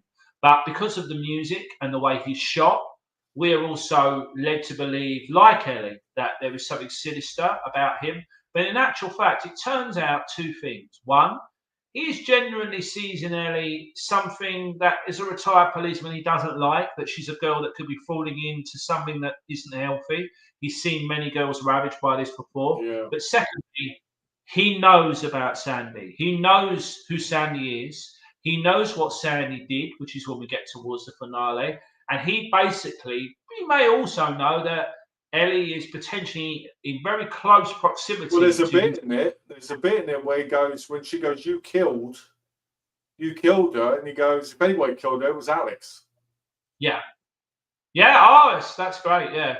By that, Alex, if you're still here, we don't mean Alex. We know he did it. That's why he didn't like the film so much. He was like, I didn't murder anybody. Why am I being brought into this? But yeah, so Ellie returns home, and she's now decided, after poor Lindsay meets his end in the front of a taxi after a rant in the street between the two, that poor head of his all blooded and everything. Yeah, and he was an innocent guy. We, like everybody, were led to believe. I'm Alex, and I can confirm it was him. Spoilers, Alex. Spoilers. Well, actually, he is half right, because when Ellie returns home preparing to leave, she's finally done with this city. She said, no, I think the only way I can get out of this is to go home and try and distance myself. The perfect old Columbo mystery with a nice soft drink. Exactly. And she just went, she's just like, I've had enough. And she tells Mrs. Collins she's leaving. And two key moments happen in this moment. One, Mrs. Collins starts to talk after a tea and a sit down, and she says, I've been playing the old songs because you keep playing them and it's reminding me of the past as well. And she basically talks about her a policeman that come to visit her, because one of the two policemen that Ellie visits in an earlier scene, one was very dismissive, but the other saw a girl who was very mentally troubled and wanted to look out for her. She goes to Ellie's address, asks after Ellie, tells Mrs. Collins that she's worried about this girl because of what she said. I don't know if the policeman could do that in reality, but I don't know if a policeman stand up and go, so someone knocked on the door and said about murders and whatnot, and because I think confidentiality, maybe they did, Anyway, and at this point, we see a side of Mrs. Collins that's not very healthy. We see the way she's talking about this isn't exactly. This is the bit where she goes from crippled or elderly woman to hot stuff. Yes, and also we then have some key clues in the apartment. The letter that is there is addressed to Alexandra Collins, and we see a photo of Sandy, and straight away the penny drops that we are actually looking at elderly Sandy. Sandy was her stage name. We know from the earlier scenes in the film where she kept changing her name, which actually makes it more Sandy. She went from Sandy to Lexi, from Lexi to Alex, from Alex to Alexandra. Mentioning all of the names, which is again Sandy, 1960 Sandy, letting go of her dream and just becoming the girl who's stuck, you know, and she's not going to be a movie star, she's not going to be a singing star anymore. She's going to be, you know, Alexandra Collins, the girl who came into the big city wanting to be a star and was actually found the woman who's lived in the house that she was tortured in. Right? Exactly. And will forever be trapped in that house even until the final moments. And torture, Malcolm, is your speciality. So I want you to talk about what Mrs. Collins has been doing. Who are these great people, Malcolm? Who are they? Well, I'll tell you right now. Yeah. The river flows with spoilers now. Right. So these great people, it turns out, they're all the men that basically were pimping on her, but she killed and buried them under the floorboards. Now, the question on that is this. How did she stop it from stinking? Because I'm thinking there's all these dead bodies in there, right? And it must stink to heaven. I mean, unless you get some Febreze and maybe get some, like, you know, cat toys. This is the brilliance of the screenplay, again, that once you know what's coming on rewatch, you realise, and you already commented on the fact that there was men only. So she doesn't want men there. And it says women only in the thing. It shows, sorry, not men. Capital letters as well. And secondly, when Ellie arrives, she says, "I hope you like the smell of garlic. There's a bistro next door. The smell of the garlic is that's right. Yeah, I forgot about that. So there you go, and that's the other thing. And the other big clue, which is a lovely little touch by Wilson Kearns and Wright, is that when Ellie rings up to get the apartment, she says, "Do you know Googe Street?" Well, it's in Googe Place. It's just off of Googe Street. Sandy introduces her home the same way to Jack when he asks her where she lives, not more than 10 minutes later in the film. Ooh. So there's these two are linked in some way. Nice. So yeah, that's a love. Basically, she tells Ellie basically what happened. She goes, "You know what? Don't worry, I'm not going to kill you like I did them. You're just going to go asleep with a really bad stomachache, right?" So you got to go, "Oh no, right?" And then there's the ringing of the doorbell, right? Which is John always getting in the way. This guy, isn't he? He's always like that. Right? So it's ringing the doorbell. John really loves Ellie. He really does. Look at the stories. She attacks him with a pair of scissors. She attacks him in the room while they're trying to kiss. If there was ever true love, forget Hugh Grant and Julie Roberts and Ike Hill. It's these two. He really loves them. Sandy even stabs him in the gut, right? Yeah. And he's still there. So basically, all this comes down. He gets stabbed. He's on the floor, passed out, like any strong male character in reality. Get stabbed in the gut, you're on the floor. The woman's got to save you, right? But there's this beautiful weapon. There's this beautiful scene where Eddie's going up the stairs, right? And elderly Sandy turns into Anastasia. It's got that beautiful, like, thing where it's like, it's just phenomenal. Like, it gives you this whole sense of, because the place is on fire as well.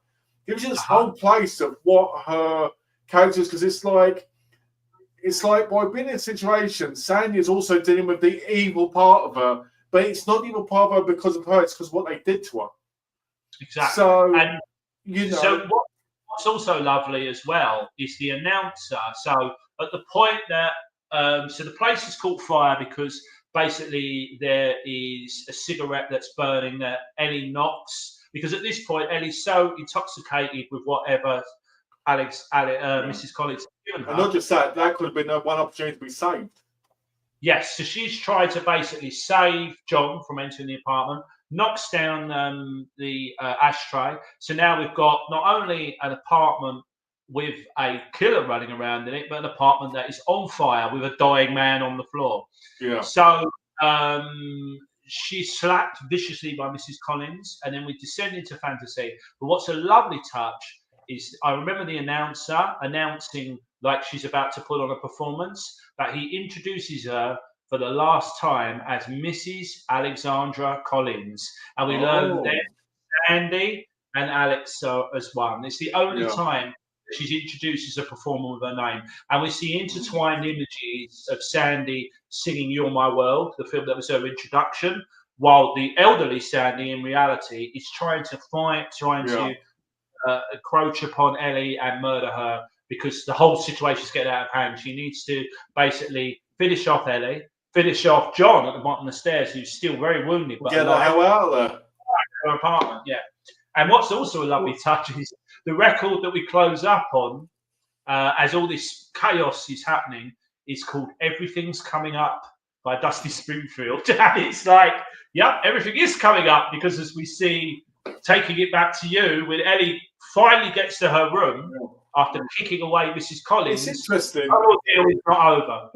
It's interesting because she locks the door, right? And then they start coming out the woodwork, right? Like some Evil Within kind of horror story.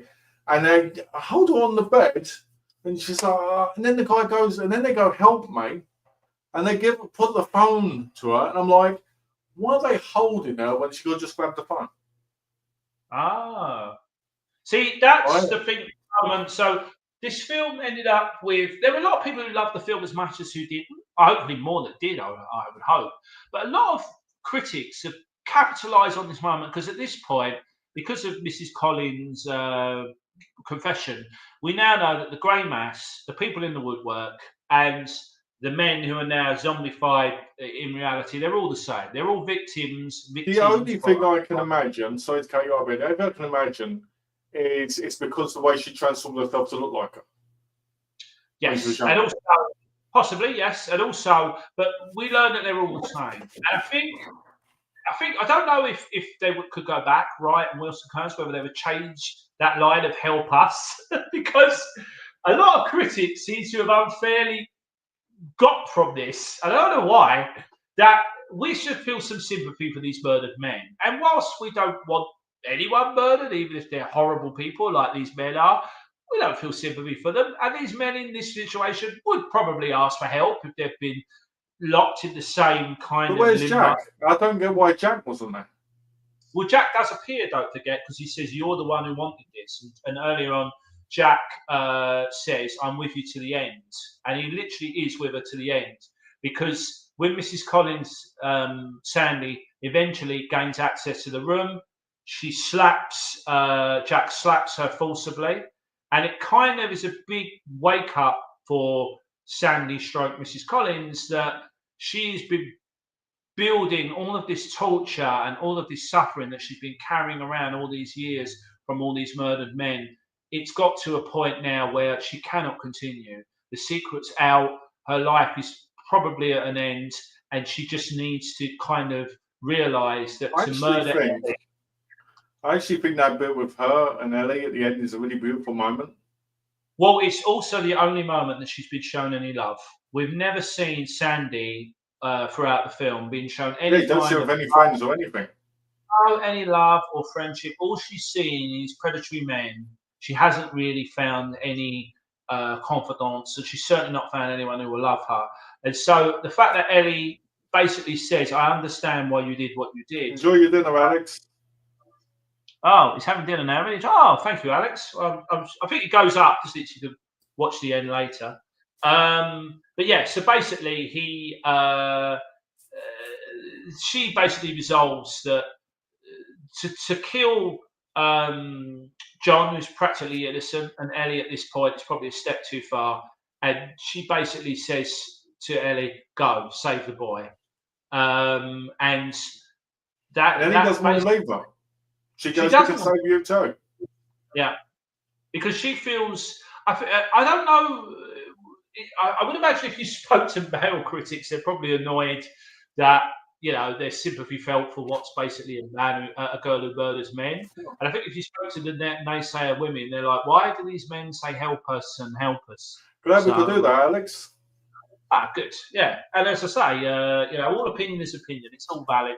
There's been plenty of films I've watched that I should love and I don't. So it's all up here. Some people take their film critique a bit seriously. It's fine to dislike or like a film, But anyway, so yes, so to bring it to the finale, a lot of people are seeing things in the subtext I don't think is there. This film is essentially about, and any throw a rock and talk to any actress from that time, and they will talk about the good and the bad, and the fact that men were given a space to be predatory and to objectify women and to treat them like meat of that time, and it was one of the staples of the 60s. That's all you got to do is look at Pearl. It's going to sound horrible. I got this look at like Jimmy Savile and that.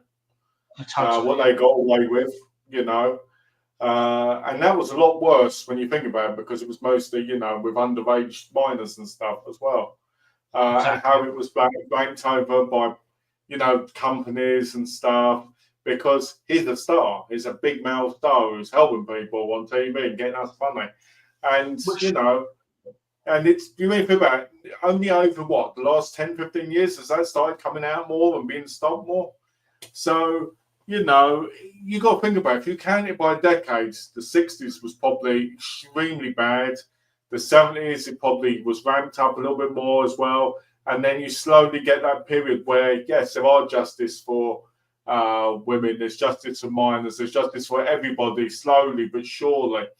But I think this film really encapsulates a big part of that, because, it's a scary thought that we avoid thinking about, because we only want to think about our own lives. We only want to think about what, to the point. But when you watch something like this, it shows you that darkness, even in the happy thoughts, are always there. You just got rose-tinted glasses for most of the time. It's for me, I genuinely think that it's that wonderful marriage of a great idea for a film, a love letter to the 60s, but a poison love letter to the 60s.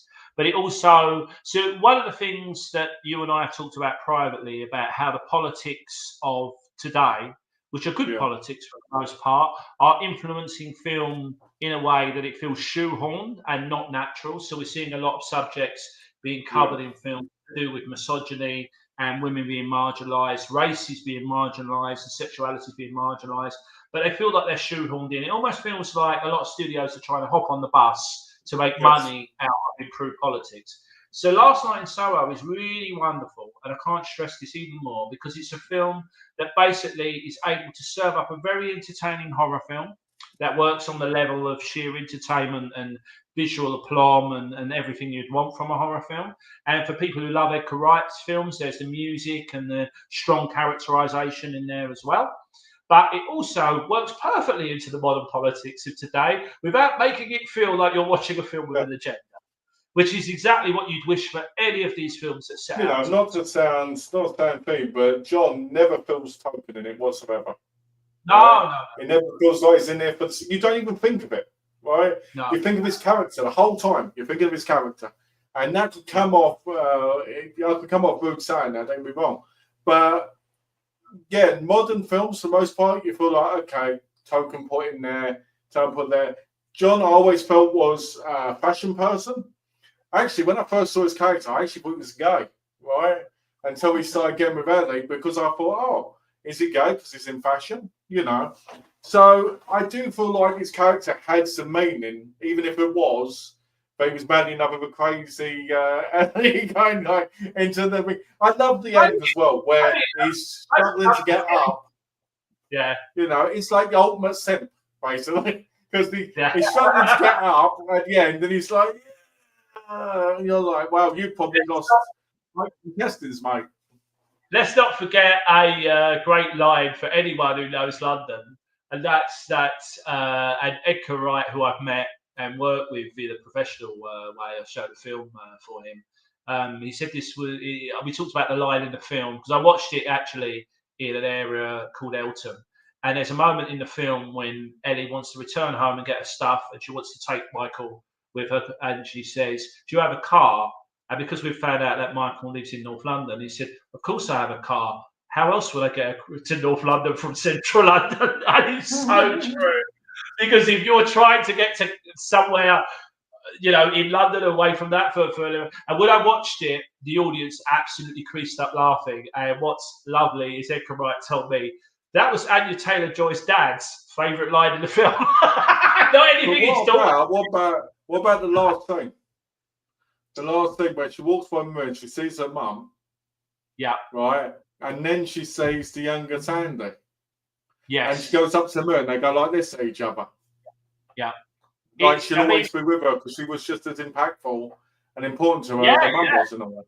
Also, we also learn that, you know, Ellie, at this point, with the film's finale after that, all the characters are safe. John survives.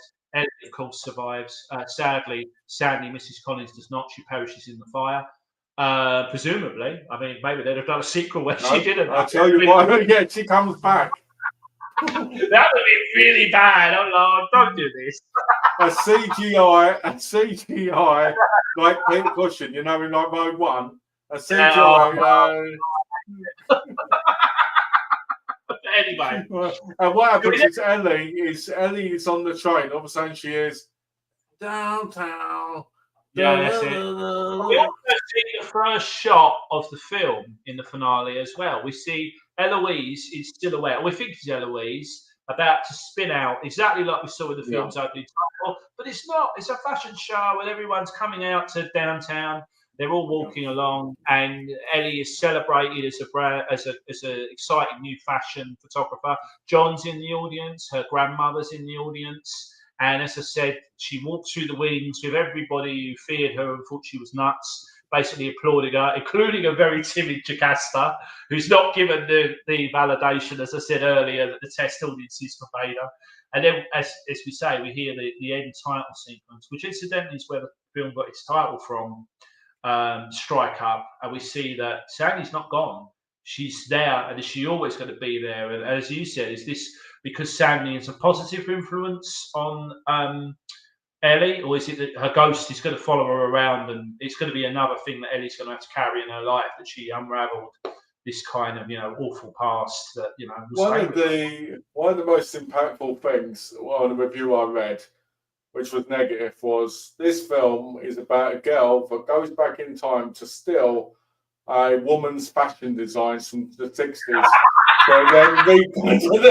to then make her own, to make her into a fashion star. And I was like, you know what? If that's what you got from the movie. Don't you love reviews like that, though? As much as I love this film, and I really do love this film, when I rewatched it, it gets better on every watch, which is rare. But yeah, I almost want to read nothing but good reviews. But when I read a review like that, I'm kind of like, oh, this review's amazing. I don't know what they watched, but the best part was it was actually somebody I was following on my letterbox. I actually said, that's why I like reading. That's why I like reading the negative ones, because sometimes I think it's hilarious. But yeah, so, and the other thing is, so Wright couldn't find a title for the film. I can't remember these perspective titles, but basically, Quentin Tarantino. Wasn't one of his original titles before he came up last night in Soho? Wasn't it originally Last Night in Ho-Ho? Yeah, it was the girl who went back in time to steal dress designs to bring them to the future. The girl who leapt through time, stealing dress edition. And they went, it's too long. But yeah, apparently Alison Anders, the director, said to Tarantino, the song Last Night in Soho by Dave Dozy, Beaky, Mick and Titch, that's a long one, isn't it? Was the greatest end credits song there never was for a film. And that was Edger Wright and presumably Wilson Kearns thing to go, that's our title. And so we get this amazing kind of song running over the credits. And then Wright went back during COVID and shot what we think is stills of London to intersperse the credits, but they're not. If you look, you see this really quiet London, untouched by any people being there, but it's moving. We can see lights flashing and blinking. The only thing we can't see, which we associate with London, is people. And it serves as two purposes. It's a really rare opportunity to capture London in this 28 days later style of stillness, you know, as a piece of that particular time during coronavirus where London wasn't busy. But it also says, London has beauty to it, but does it have a soul? It's a question. And I don't think he's making a statement with that, but it's a question for the audience to go, once you take away the verb and is there something lurking in the shadows? It's a bit like New York, isn't it, really? And Hollywood. Yeah. A place where you go to live your dream, but are you losing your soul in the process? So the grandmother was played by Rita, is it Tanisham? Tashingham, yeah. Yeah. I was looking at her and I went, I know her. And when I looked at her, I went, I see, quite a classic actress again. And I was like, you know what? I love this. I love the idea that even the minor characters from older, technically, are still big stars in their own way. If you look at them from the 60s. If you rewatch Hot Fuzz, it's so you'll love even more, because all of those villages are not only populated by famous actors, they also. That's what I brought up, because he does it in every film. Yeah, he really does know his older actors. One of the other things I wanted to talk about is some more clues throughout the film, going back to my notes about Mrs. Collins. So Mrs. Collins initially, so you remember earlier you were talking about the scene where John has fallen into one of Ellie's nightmares and he's being basically almost attacked by Ellie. But Mrs. Collins is hearing this outside and mistakes John attacking her. And in the morning, Ellie tries to apologise to her. And Mrs. Collins said, and I'm checking my notes here, which I can't find. Yeah, she basically says, it's a good job you got him out, or I would have killed your gentleman friend. She actually says that. And also, she says, the noise that you're making later on is loud enough to wake the dead, which of course is exactly what she does. So there's lots of little clues throughout the film. A little kind of bits of dialogue and things right down to the address and whatnot that is telling you, and I think that's quite a testament to Wright's directing, that a moment or a shot too soon or a line too much or a line too heavy would have basically pushed you in the direction of believing that, revealing the secret that Collins is in actual fact Sandy. But because we have the stuff about mental illness and Ellie's past, and we have Terence Stamp's shadowy character, we have Matt Smith's portrayal as Jack, we have the fact that there's lots of men in and out of Sandy's life because of the abuse. There's a lot of different things in there to weigh up before we even know the truth.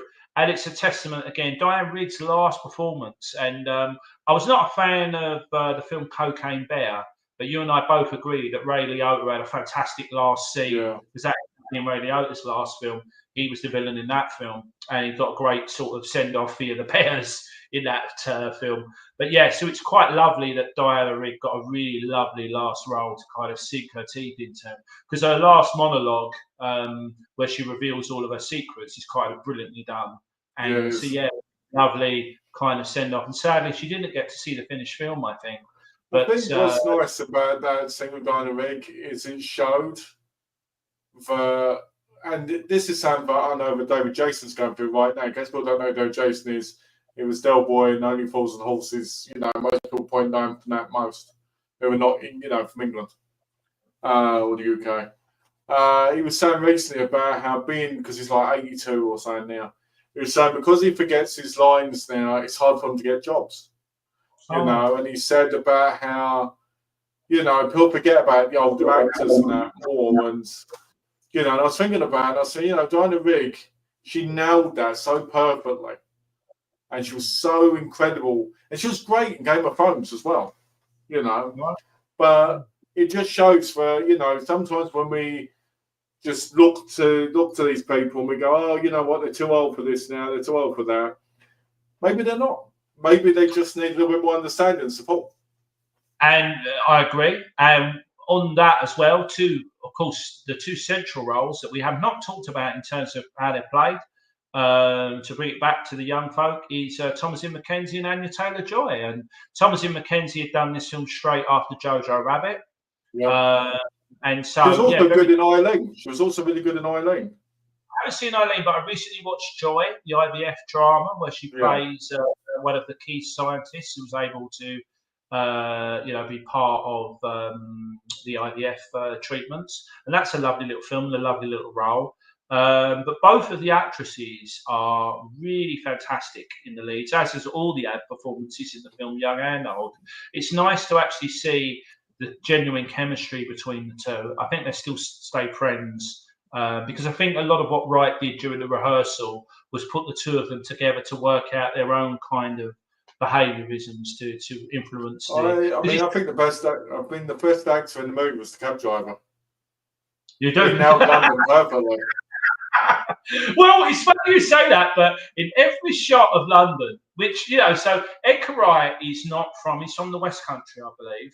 Sorry if I've got that wrong, anyone who's a Wright fan. And he basically, he came to London, and a lot of his stories are, based on an outsider's view of London. But every time we see Ellie, there's like sex cards for prostitutes in the phone box, and there's all these kind of underbelly of London. And as someone who works in central London, it's very weird walking past all of the bulk of the filming locations. Well, we know, but when you go looking for those type of things, but you can't find them. Yeah. I learned nothing from the film at all, except I may get murdered if I. But yeah, it's funny. You go into those phone boxes. I feel really bad with people with kids, and these prostitute cards are still there to this day. There's these. Wow. It's sort of Soho is trying to kind of breed that out, and it's losing a little bit of its personality with it. But I guess with the personality is that poisoned, it's probably not a terrible. Wasn't Soho where Spearmint Rhino was? Where Spearmint Rhino, Spearmint Rhino. I think there's branches of those. I still see them in cities. Yeah. Very much based up north and whatnot. You see a few of those dotted around. I remember seeing them on old TVs, like Sex and the City, those TV shows. It's still out there, and you do wonder why in a modern day culture for women that these places still exist and they haven't slowly been. Soho has changed. It's a shame, because what you really want, talking about Soho as the unsung character in the film now, is that I actually found that a lot of the life of Soho. We dropped the show Bottom earlier, and Adrian Edmondson started out in Soho. He started out in Soho. And so did he work in Spearmint Rhino then? Yeah, he did. He was one of the fan strippers there. He would get good generous tips. You know what? Looking at him back then, he could pull it off. But yeah, so there was a lot of personality other than the sex industry in there, and a lot of the bars and whatnot. So what's happened is because the older Soho is associated with the sex industry, we now have everything to do with old Soho being slowly wiped and kind of sanitized away. So it's lost that as well. So that's a bit sad, because whilst the sex industry side was never something that should have been there, or never something that was healthy, the fact that it's now taken away all of those weird. It's weird that when we see the Café de Paris in the film through Eloise's and Sandy's eyes, you see a beautiful, wonderful 60s decor, red infused looking place. There's probably very little places like that in London now, because everything looks like a dentist waiting room. Well, it'd be like, when you think about it, like East End London, if it was like knocked down and made into like posh, real posh people, you'd be like, wow, it's lost that incredible feeling. I only found out this week that the London Weekend Television building, which was a staple of my childhood, we saw that image on television all the time, that's being knocked down and replaced with luxury apartments. So those men that were basically using their money to appeal for Sandy. I swear the future is going to be nothing but blocks of flats. It's going to be like that film High Rise. Yeah, exactly. Yeah, it's and I certainly don't weep any tears for the criminality of Soho being eroded away. But the buildings this criminality took place in, and but you do have tears for the criminality of the East End, right? Because that's where you grew up. Not the criminality, but the thing is everything infuses a culture. In terms of it's like I'm going to be honest. My view is this on it, because I know you'll probably agree with me here. That's what I'm bringing up now. It's not the criminality, but it's the people that were like Del Boy from Only Fools and Horses. They're the culture part of the East End, which was important, like the old market traders. The people you'd be able to get those dodgy deals off of, which weren't so kosher, but it helped you when you didn't have the money. Yeah. That's the old East End London. That's the type that matters. But the criminality part of it, I would say you kind of grew up with it and you saw it and stuff, but you wouldn't miss it. You'd miss the cheaper deals you'd get sometimes. Mm-hmm. This is now. I'm certainly happy that we're in a world now where this older sex industry culture's slowly faded away. But my worry is it will just go behind more closed doors, which I think is what's going to happen. You know what they're doing now, didn't you? You know, in Dagenham, I went the other day, but in Dagenham, these brothel places now, instead of being in buildings, they're actually in houses. Yeah. They're actually in houses, and it takes years to get them out. I joked earlier that the men who used to abuse poor Sandy are now going to buy those luxury apartments where the LWT building once stood. It really wouldn't surprise me. That kind of underbelly is still there. So again, weirdly, I don't know why Adrian Emerson's ended up dropped into this conversation so much, but because I'm reading his book currently, he talks about how private schools basically bred a culture of people who didn't learn empathy or love because it was a kind of parents had formed them off to school without any kind of love for their own children. They then created this prefect and hierarchy system where the boys at the top of the tree, obviously Lindsay Anderson's film If talked a lot about that, would become very brutalistic and whatnot. And these then men become politicians and rich businessmen and whatnot. So you create, and you kind of imagine that they are the men that would have abused Sandy. They're the men who basically don't look upon women. Well, they're the people that would see a woman as nothing but an object, a trophy. And I mean, obviously, he doesn't talk about sexual abuse in his book, but it's an interesting idea that a society of private school, particularly when those schools are to do with money and less to do with the opposite sex, that you would create a kind of alien thought process. So we've definitely learned from all political figures of the past. There doesn't seem to be much of an empathetic understanding. Yeah, empathy. I never get. I was going to politics, but I never get David Cameron when he wanted to cut disability when his own child was disabled. Yeah, and I was like, surely that means you lack empathy if you can't feel it from your own. To me, that's a strange feeling. Like, at the minute, taking away fuel, like heating from the elderly. I don't, I'd said this to Donna, Donna don't get, because obviously she didn't, come here, she didn't get a pension here and all this. But my view is this: how can you take away from the people that gave to what you've got now? I just don't understand. When you're 80, you would have given enough to taxes where you should be getting that money. It's very interesting. It's very interesting to bring it back to the film, although that is probably more relevant point of anything more than we'll say in this conversation about how we treat real people in the real world. But yeah, the reason why that kind of thing prevailed in the 60s and the reason why the Jimmy Saviles and the Harvey Weinsteins later on got validated is because they got in positions of power and money, and they were kind of influenced by those around them, this kind of standardized behavior. They had that untouchable feeling, didn't they? Yeah. So yeah, in many ways, it's kind of almost like a revenge fantasy for women. This film, that the men in the film do meet a sticky end, and not without deserving. It seems, What I've learned from this film is if you're going to meet a woman to be a pimp, do not, by any means, take off your clothes without checking if there's a knife in the room. Yeah, and also, you want to basically pat John on the shoulder, as you said, and go, John, I know you love her, but no. If you're the boyfriend, I'd have been like, get the fuck out of there, mate. One night you return home disturbed because she attacked you, thinking that you were a man who was trying to murder her. Imagine being John's mum or father. He comes on. This is my girlfriend Ellie. How did you guys, mate? Tell us your story. Tell us you got stabbed. That's the sequel we need to see. He brings Ellie home for dinner and they're like, this girl. Oh, we've heard about this girl. And the whole time she's screaming at the table. Ah! It's handy. So yeah, Get out situation. So, in closing for me, before I show you some of my Soho things, wow, that sounds wrong, doesn't it? Hey, you're Soho. Not just simple. No, not. It's not last night. Soho memory. It's his memory from the old Soho they used to walk around.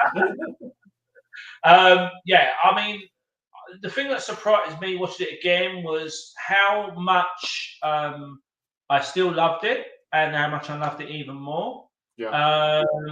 One more thing I forgot, actually, the last thing. Another thing that Mrs. Collins says when she meets her is the phone. She says, "Oh, Ellie comments The that she's phone got only no rings out. it only rings emergency services, which turns out to be the only number Ellie will ever need to ring. Yes. It's ringing that number that basically alerts the police and the fire brigade to her peril, and they rescue her at the end of the film. I do think this film is very rewatchable. I do think this film is a very important film, and especially considering it's filmed in England. You know, it's you know, that's the other thing. It's such a beautiful film. You know, we get so many Rise of the Foot Soldiers. We get so many, you know, these cheap gangster movies. It's nice to have a real film. You know, people might go, "Oh, they are real films." Yeah, of course they are. But when it comes to like proper stylish filmmaking, you know, I love Rise of the Foot Soldier, Vengeance. You know, I went and saw it in the cinema. I watched Carl Fairbrass kill somebody with a lobster's leg.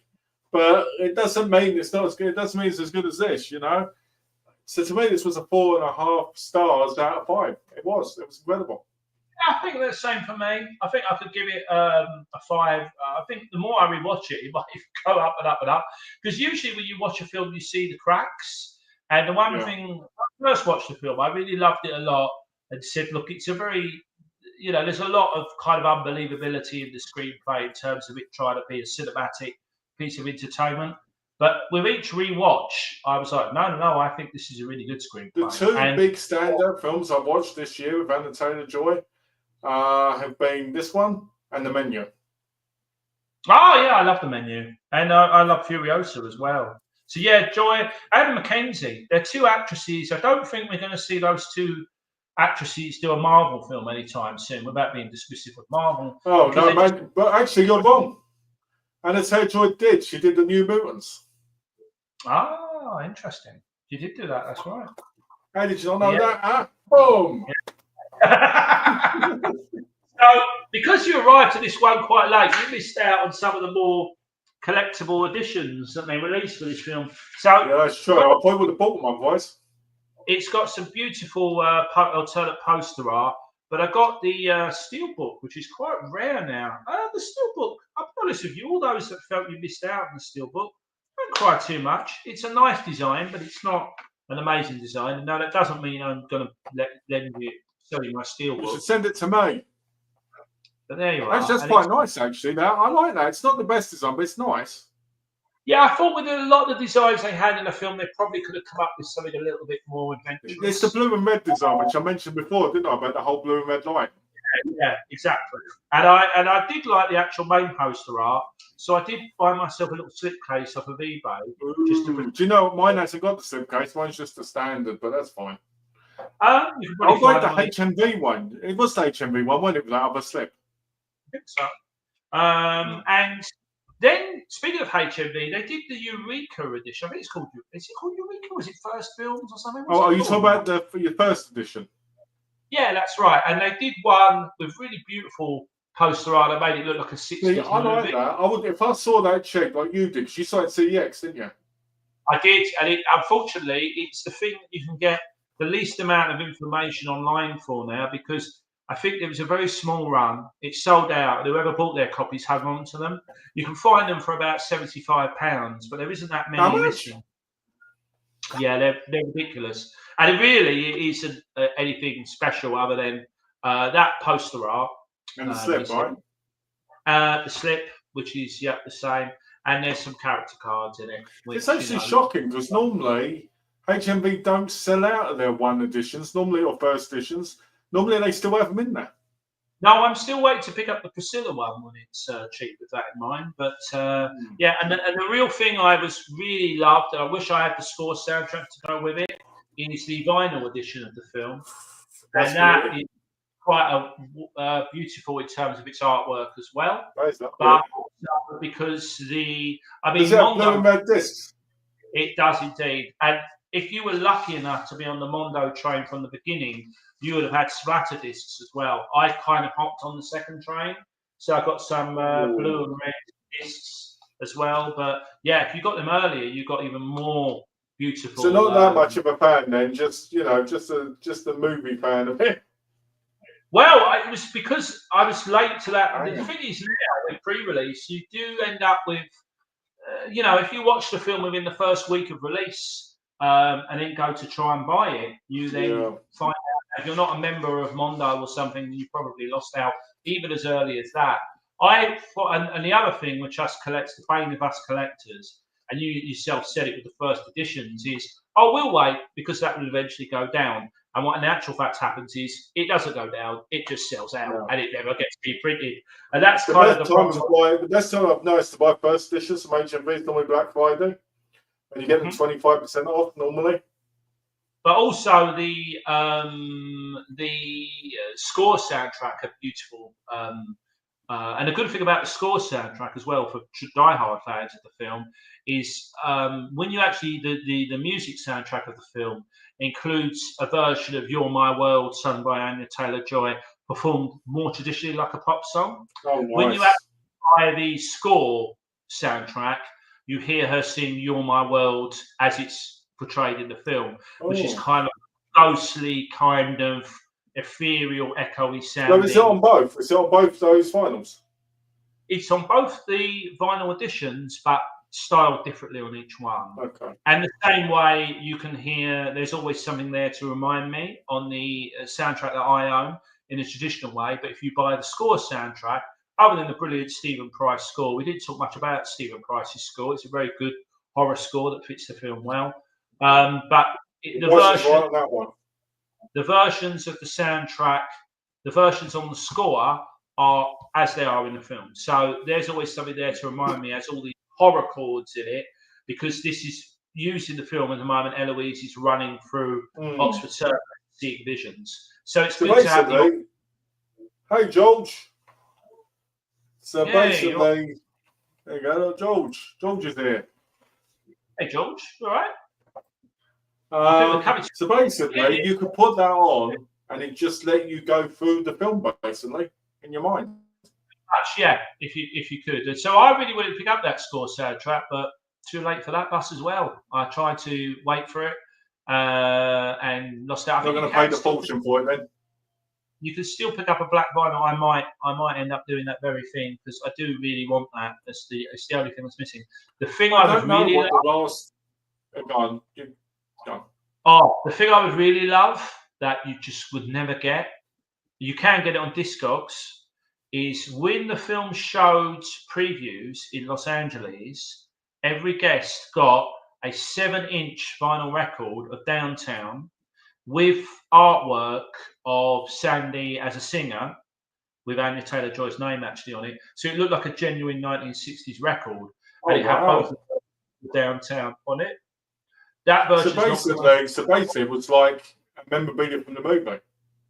Yeah, exactly. It was every guest who were lucky enough to see that. Lucky. And you can buy them on Discogs. They're about £200. Well, they're super collectible because they weren't available outside of that screening. If I ever found one of those, I would be like, "Oh my god!" And it's got beautiful. Imagine if you went into like those record stores and you walked in there and it was like in the pound bin. You'd be like, yeah. Well, I got lucky with the first edition of this picking that up. You did get lucky. It was how much was it? It was like £12, wasn't it? Pound or something, because they actually sold it at the price of the standard edition. But at that time, it's like Steelbooks. At the time, they used to sell them at the same price. I don't think they do that now. I think the market now they have individual prices for them, which is annoying. So, I guess to finish up with George and whatnot in the chat, has anyone got anything to say about Black Friday or anything? Hey, thanks, George. You look great. You got any questions, George, while you're here? So why don't we talk about when we're going to do the next one? Yeah, I mean that'll be in the new year, I think. I mean we might get one in over Christmas, but I basically said to Malcolm to challenge me with the next one because we've picked films that I really love.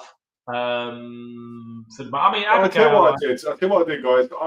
I made sure to pick films, but I know me and Marx would really be able to talk about it together and really be able to gel because we've got a lot of great taste the same, but at the same time, we're both very different as well.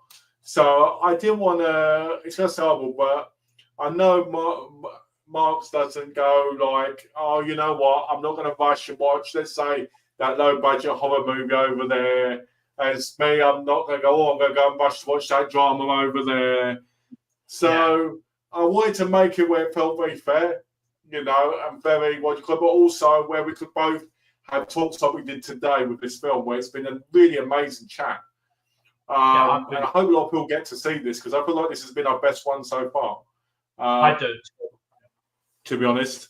But let me leave it back to what you were going to say. Oh, just that. No, I really want to basically, you know, by all means, suggest in the comments below for those who are watching this chat back and those that aren't live with us now, some ideas. But yeah, I really enjoy doing these. I just want to thank everybody who's coming along to them and supporting them and just bearing with me because I'm not a professional speaker. I haven't been doing this very long. My main thing was me and Malcolm talk privately this way about films. I thought it would just be fun to extend that and see if there's an audience for it, and there's been an audience for it, so that's lovely. I think the audience is there because when I do videos about people, they get to see me talk, they get to see me joke, they get to see me do this. But I don't think they get to see me focus fully on a film. You know, when I've done them, they've been very short. You know, with like Benet and that. That's not a dig at Benet or anything. That's his format. You know, he wants to keep them short because they're easily digestible and easily to watch. As me, I want to be able to break down the film, be able to talk about the film like we do normally. And I feel like that's important if people love a film or they want to get to know about a film. So you said you want me to pick like a horror thriller kind of thing that people would probably like. So I'm going to look into that. New to me, just recently I did Apple TV through my Prime 7-day trial. Oh, nice. Apple TV. I joined Apple TV, George. Let me pull that up because I didn't put it up. All right. But I can't be honest, I didn't stay on there. And it's not because they didn't have anything. It's just because you end up too many of them, didn't you? You end up too many streaming services. Especially if you're in America. I feel for our American friends. They're basically, you know, we talked about this in our physical media chat, that it's very difficult now to balance all these different streaming platforms. And they keep upping their game. I mean, Apple got distribution rights of Blitz, which is going to be an Oscar forerunner, Steve McQueen's new film. So it's lovely that these companies are basically trying to put all different jewels in their crown, but we can't buy that many crowns. We're not that rich. It's tricky. Sure. Okay, interesting question to ask you. At the minute, because of your situation, you know, you're standing because, you know, with projections and everything, how many forerunners do you think there are actually that are legit could win at the awards? I haven't seen as much as I would like. I saw Blitz, which I had mixed feelings about. It's a very, very well made. That's the remake, isn't it? The Jason Statham movie with. It'd be great if it was. If a director of the Queen stature went, I'm going to remake this film from 3 years ago. It's like, why? What is your audience theme? Yeah, it's a lovely little film. Steve McQueen, for me, I'd rather he get back to more of the films he used to make, like Shame. I wish he could just do another Great Escape. It was brilliant in that. It was. It's not all this directing. The one I can comment on now, because the reviews are out, is I was quite lucky to see Nosferatu, Robert Eggers' new version of that. And yeah, I don't know. That's definitely going to be up for some technical awards. I think it's a beautiful film all round. Actually, I think people are going to be very mixed about it because a lot of people are comparing it to Francis Ford Coppola's version of Dracula from '92, because they're both the same source, really. Nosferatu and Dracula, they're cut from the same cloth. But that's to be a bit dismissive, because the Robert Eggers film is, don't forget, the Robert Eggers film is really quite a beautiful film, and I think Lily Rose Depp is hopefully up some acting awards for it. She's quite sensational in it. Nice. It's a great cast all round, actually. Nicholas Holt's in it, Aaron Taylor Johnson, who's always great. But yeah, I don't know. I think she win. Craven. Which is that? I don't even know. Craven, That. you know that the new superhero one, Russell Crowe and Aaron Taylor Johnson. Oh, okay. I mean, there's a lot of stuff that will come out in January. Usually in the UK, I think for the Americans, most of the Oscar stuff comes out over Christmas and early New Year. But for us, we don't really get most of them to January. So. Oh, I've got to say this, right? So George wanted the Never-Ending Story box that's coming from. Yes. Right. And I saw pictures of it recently. Right. My God, it looks beautiful. But there is one complaint I have about it from looking at it, right? So it looks like a big box, right? A big book. You open it up, you pull the book out of it, and then it's got like that kind of cardboard part, and then the movie inside. Like, I hate when they do that. When they make this big set, but they don't put real padding in. It's cardboard. I hate that, like cheap cardboard. Yeah. It's like you're charging a mint for it, and you've done the outside perfect. So do the inside perfect. Do you know what I mean? Noise really does. No, I want to. There's a lot of these editions. Again, this is covered in our physical media chat, that I do want to support, but they're just a bit pricey for a Signal film. I told Dawn the other day. I said to her, I quit buying so much media. Don't get me wrong, I want to buy media and I want to watch it. Don't get me wrong, but I quit buying these box sets for like £60 for movies, which should be £25. Over here, I'm releasing Critters, and I love Critters. Don't get me wrong, I really like movies. They're Blu-rays. They've got some extra stuff in them from Arrow, but they want £55 for it. Now, I ain't got anything against people who want to buy that. That's their choice. Don't get me wrong. But to me, I think that should be at least 40 or 35. Yeah. 55 is mental. I don't think any film. I mean, even God forbid, we've just spent a long time talking about Last Night in Soho. Both the editions I purchased of that retail around £30 in the UK, which is still a lot, but that is kind of a lot of people whine, oh, well, that's the price you have to pay now. And whilst I'm not happy about it, I'll accept it. I think when you go over £30 for any single film, regardless of what you're putting in it, I know the Wicker Man box set that come out of Studio Canal had a lot of discs in it, but I would say that you're paying for one film. Yeah. You're paying one film what you used to pay for like 3 or 4 films. That's a bit of a... Alan said something recently, and it's something that stuck with me. He went to Canada because he had to visit family and to get some paperwork stuff. I think it was in November. And he did a couple of those videos. I mean, you scan the shelf, you talk about the films and stuff. And we were talking about after. And I said to him about it, and he said, it's amazing how many movies you saw on the shelf on Blu-ray for like 30, because it's more expensive in Canada. Like, I think some single movies are like $59, like ridiculous. Australian, Canadian dollars. It was interesting when I was in Spain as well, because the pricing is much different over there. It seems to be that they're creating a standardised thing that you should pay about £20 to own a home release. So for me, and again, it comes back to what we've already covered in the previous discussion. But yeah, it's kind of like they're trying to kill the golden goose. It's like, well, if we kill the goose that's laying the eggs, they'll have to go to the chicken that's laying the streaming eggs. So let's kill the golden goose. Well, it's like I'll give an example, and obviously we won't go on about this because we have talked about it before. But Black Friday, right?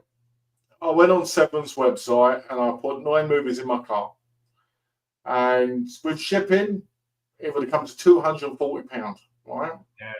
Now that's £25 shipping, right? So that's how much the movies were on top. And I'm sitting there and I'm going, 9 movies. And going back to what I was going to say, what Aaron said about how a lot of these movies were movies we could pick up for like £2-3 off the market stock back in the day on DVD, right? But now they're on Blu-ray, it's like, oh, we've got to charge excessive amounts. And I was thinking about these boutique levels now, they're pricing themselves out of the market. You know, I support Vinegar Syndrome. I buy from Vinegar Syndrome. I have subscriptions with them. And somebody asked an interesting question on Facebook. They said, is this the golden age or is this the end of the golden age of collecting? And I said to Donna, I said, it's the golden age of movies that are coming out because they're movies that we've wanted for so long, you know. Like, I never thought I'd get Be Witness on 4K. I never thought I'd get most of these movies. But it's also the end of the golden age because the prices are making it where these films are impossible to actually want to buy. You know, I remember coming visiting you at work when you were working, you know, Premier at that time. And I bought like 18 movies, right, for £90, new from HMV, because it was a 5 for 30, right? You can't do that now. No, it's not unheard of for me to spend that kind of money either, but not anymore. It's much more expensive. I do hope that it will level out. It could be a period of transition, but I would definitely love to be able to go back to the days when I could put as many films in my basket that I wasn't sure about as I was, because the pricing was easy to do that, and nowadays I can't do that. I'm not going to pay. I'm going to tell people a bit of backstory quickly. Let's take Last Night at Soho as an example, though, briefly. That's a film that you would now quite happily buy a collector's edition of, but you can't because it's not around, and if it was, you would have to pay a fortune for it. That's not really an ideal because there's plenty of people who are discovering films a lot later. They don't want to pre-release and pre-order things that they're not sure that they'll like, because we've already heard from a lot of people who didn't really like Last Night at Soho. And, you know, if they pay £30 for it and they didn't enjoy it, then, you know, then it's like, I remember the days, see, Bill, I know, when I lived in America, we used to talk online all the time, right? You know, we used to talk every week and all this, you know, online. And we used to look at what we were going to pick up and stuff. You'd show me what you got, I'd show you what I got. And guys, it was a ridiculous amount of stuff most of the time, right? Because there was so many great deals. Like you had Network, £3, £4, £5 Blu-rays. You had Indicator. You had these great things. And it was so much money, but at the same time, you felt like you had like years worth of stuff, you know, but you could put on the shelf. Now, if I don't go into a shop or I don't go into like CX and it's not low price stuff, I'm lucky if I put 4 or 5 things in my cart. You know, ridiculous.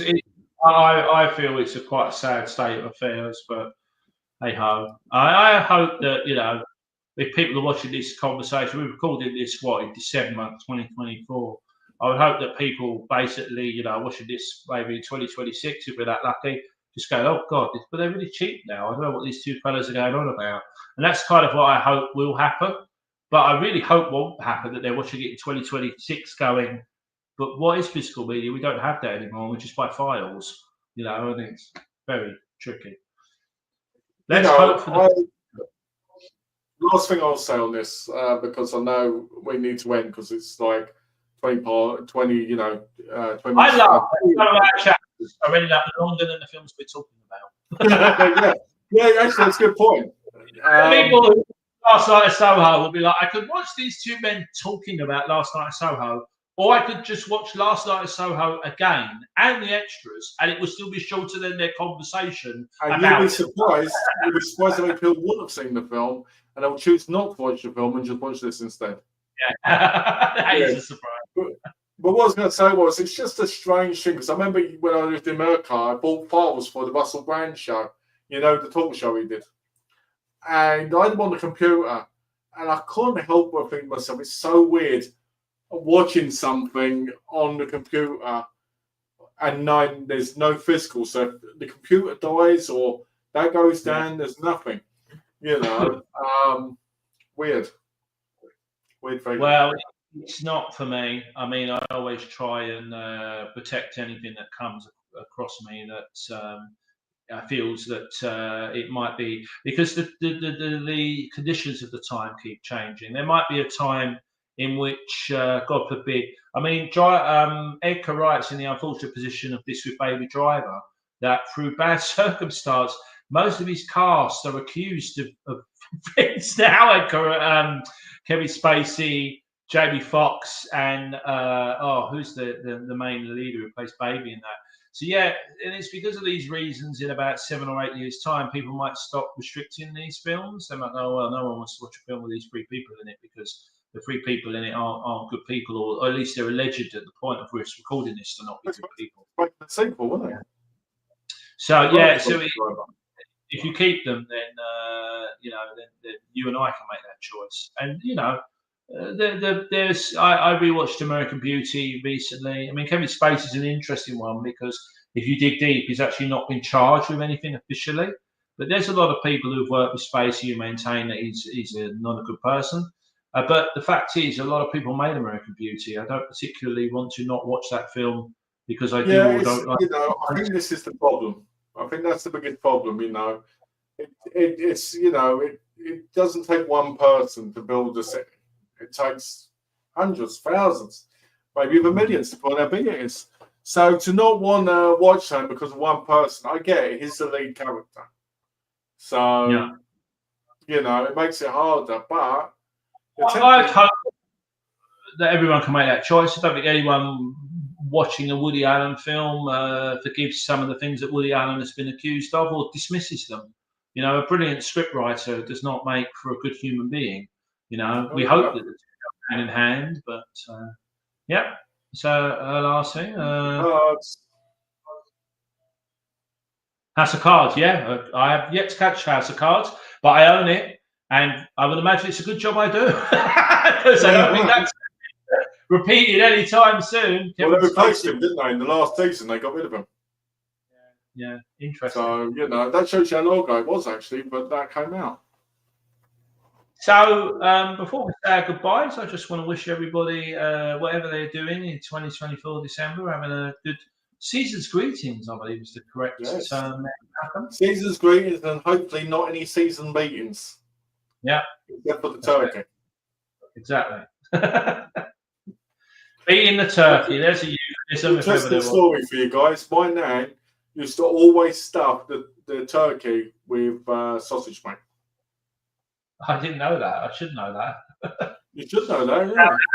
Yeah, I think it always had sausage meat and stuffing in it, I believe.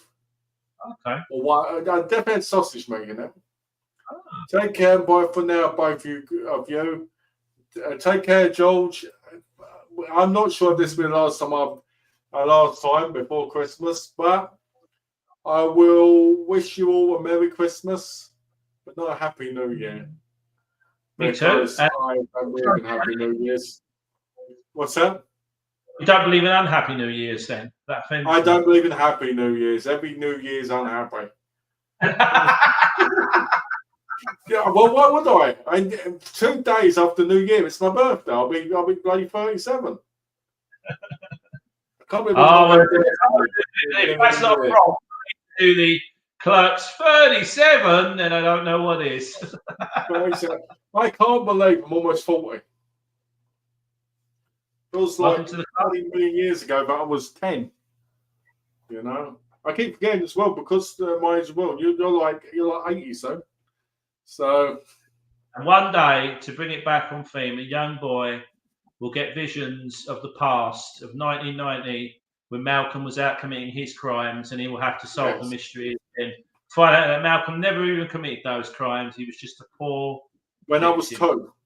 When I was 2 in 1990. That trip what did we last night in Essex? No one wants to watch a film called that. Last night in it'd be last night in Gascoigne, wouldn't it? I guess it would. No one would say it Last night in Gascoigne. Yeah. All right, guys, we're going to end it there before we keep talking. So thanks for watching, guys. If you watch this after, Leave us a message down below, a comment. Tell us how much you enjoyed it. Tell us how much you didn't enjoy it. Either way, I will comment and respond. And if you didn't enjoy it, I'll respond with horrible curse words. But if you respond with nice stuff, I will respond with horrible curse words again. I think your challenge should be to respond to bad comments with lines of dialogue from the film that are appropriate. So you need to go through Last Night in Soho and try and respond to each bad everybody was close, right? Yeah, I could do that. Just got 5 years ago to hit my big 50. Damn, George. I thought you were in your 20s. Right, guys, well, we're going to end now. So otherwise we'll keep talking. So you take care, guys. This video has been long enough. It's been great. It's been fun. This year's been great doing these with you. And I'm looking forward to doing a lot more. And I feel like we're really doing really well with these. So I want to thank you as well for being here publicly, because I'll thank you afterwards, but that would be like, nobody's going to see that. So, you know, afterwards it's yelling at you. But anyway, so take care, guys. Merry Christmas. And if I don't see it beforehand, I'll see you through a window, as that Keith Lemon guy says. I don't know why I said that, but take care. Take care, everyone.